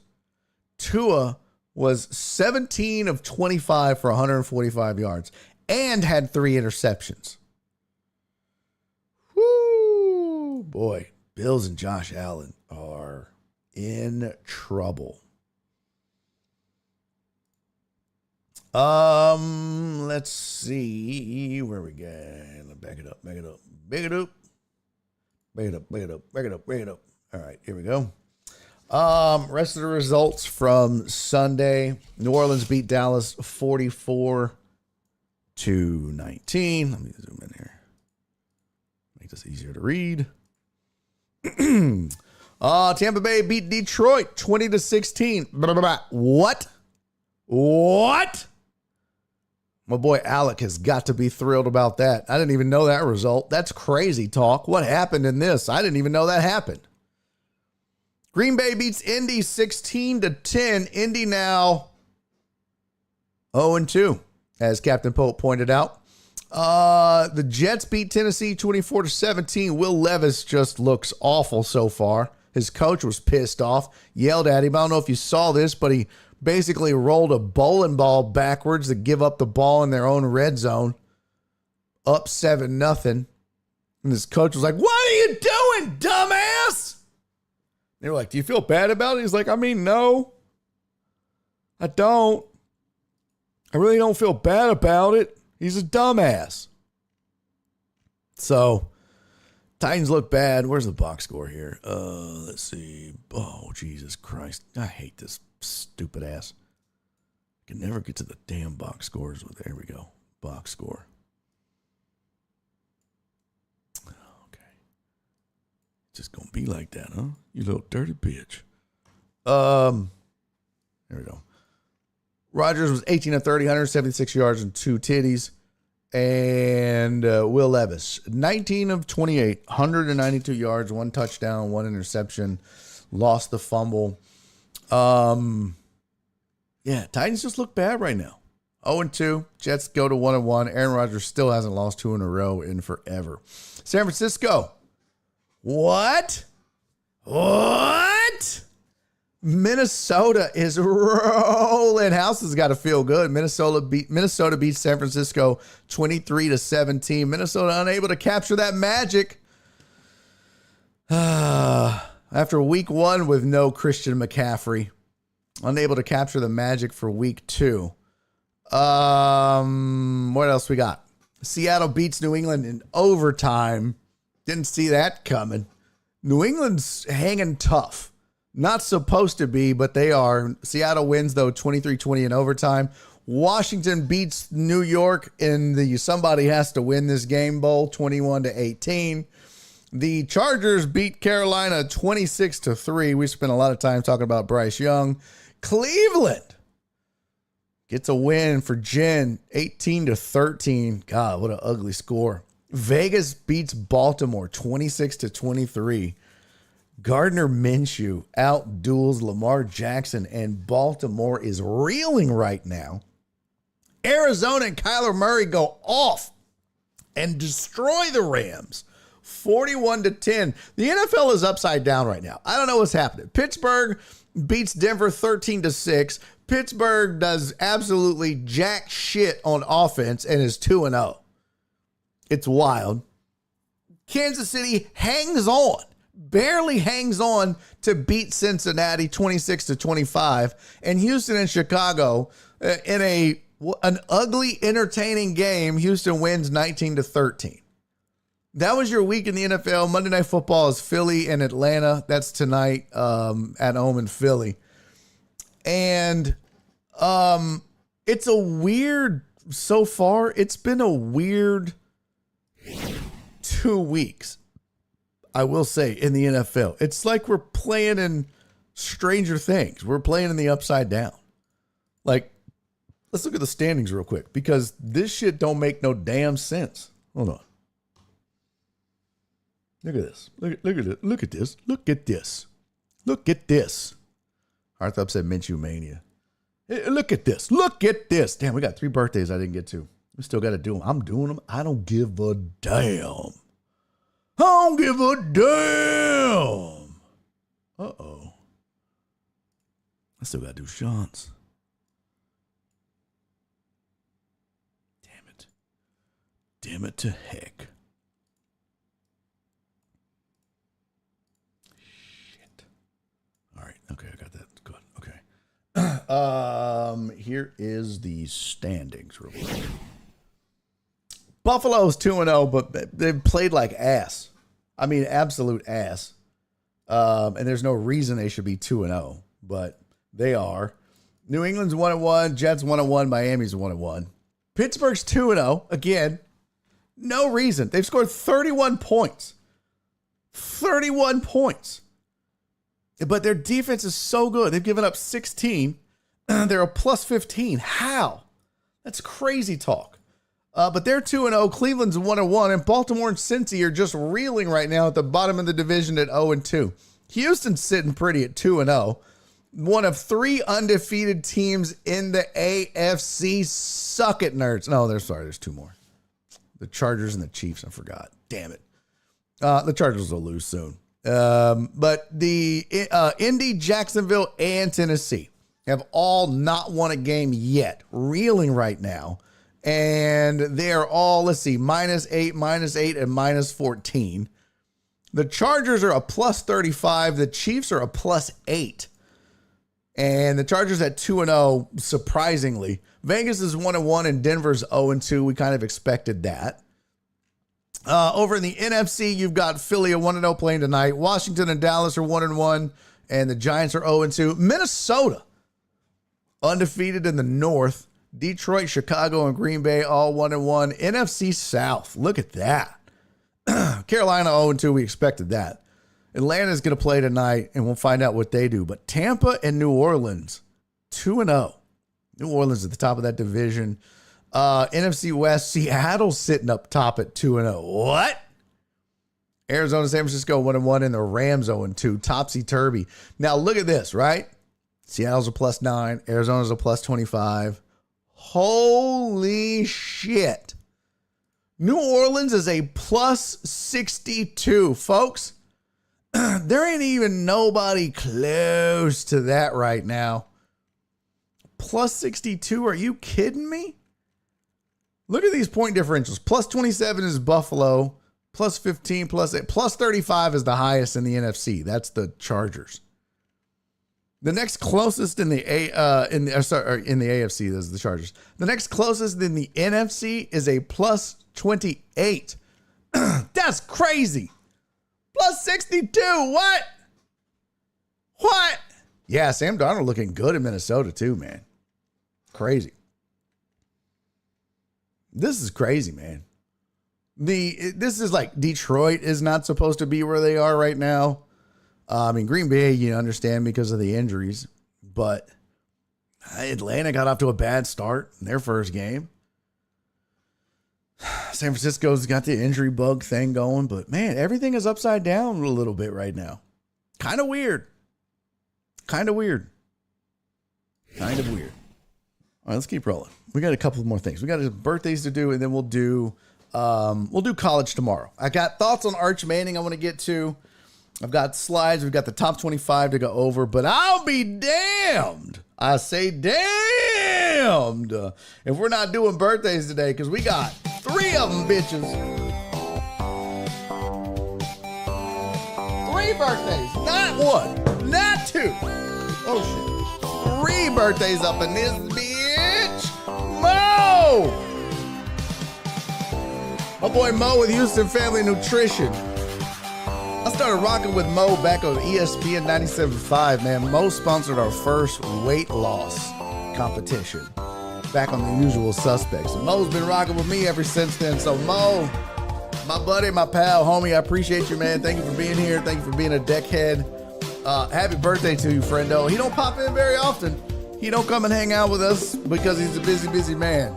But he still supports the channel, the show, and yours truly. So happy birthday to you, buddy. Hope all is well. And I hope you get some roadhead or a hand job or, a salad, because it's Houston Family Nutrition and he eats healthy. So, there's that. A happy birthday to my guy, Thor. Happy birthday, Thor. May your hammer always be hard. I don't know. I didn't think about that before I said it. That sounded weird as fuck. Thor, happy birthday, bro. I appreciate you being here, man. Thanks for supporting the show. Thanks for being a deckhead. Thanks for hanging out with us. I know he's not here right now, but he is a deckhead. He does kick it with us, and I appreciate him being here. We got 3 of these today. I don't know what it is, but 9 months ago, we had a lot of people getting busy, including Thor's mom and dad. Well, Thor, I'm glad your mom and dad had sex, bro. I'm sure you are too. But I'm glad your dad made a good decision and left it in. All right, and then the last one, but certainly not least, this handsome son of a bitch right here. Oh my God. Look at this sexy son of a bitch. I've known this guy, God, I think I met him probably 2004, fuck. I've known Tony all the way back to the 1560 days.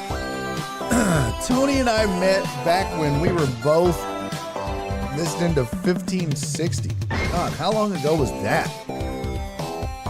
Jesus, that had to have been, well, that was before the cage door. I mean, that was probably like 2005? 2004? Something like that. It might have been, I might have known Tony for 20 years almost. I mean, we don't hang out every day, but I've known him for almost that long. He's been a jerk the whole time. But God damn it, he's been handsome the whole time too. Tony, buddy, I love you, man. Thank you for being here. Thank you for being a part of this. Thank you for being a deckhead and, being kind of cool in the chat, I guess. Whatever, I guess. Hey, man, happy birthday to all three of you. I love you guys.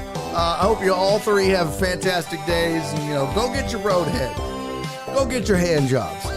Mo, go get a salad. Thor, go get your hammer oiled. Tony, go get a facial. At a massage park. Not that kind. Never mind. Cheers, everybody.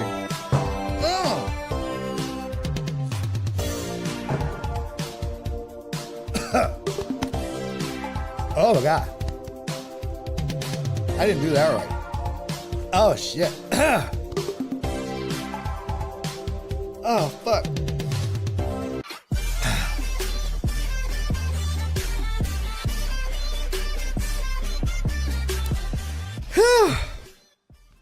That fucking burned. They got it in the wrong pipe somehow. I got tears in my eyes. Fuck. Don't say I didn't try to die for y'all. Shit. That hurt. All right. Fuck. Happy birthday, fellas.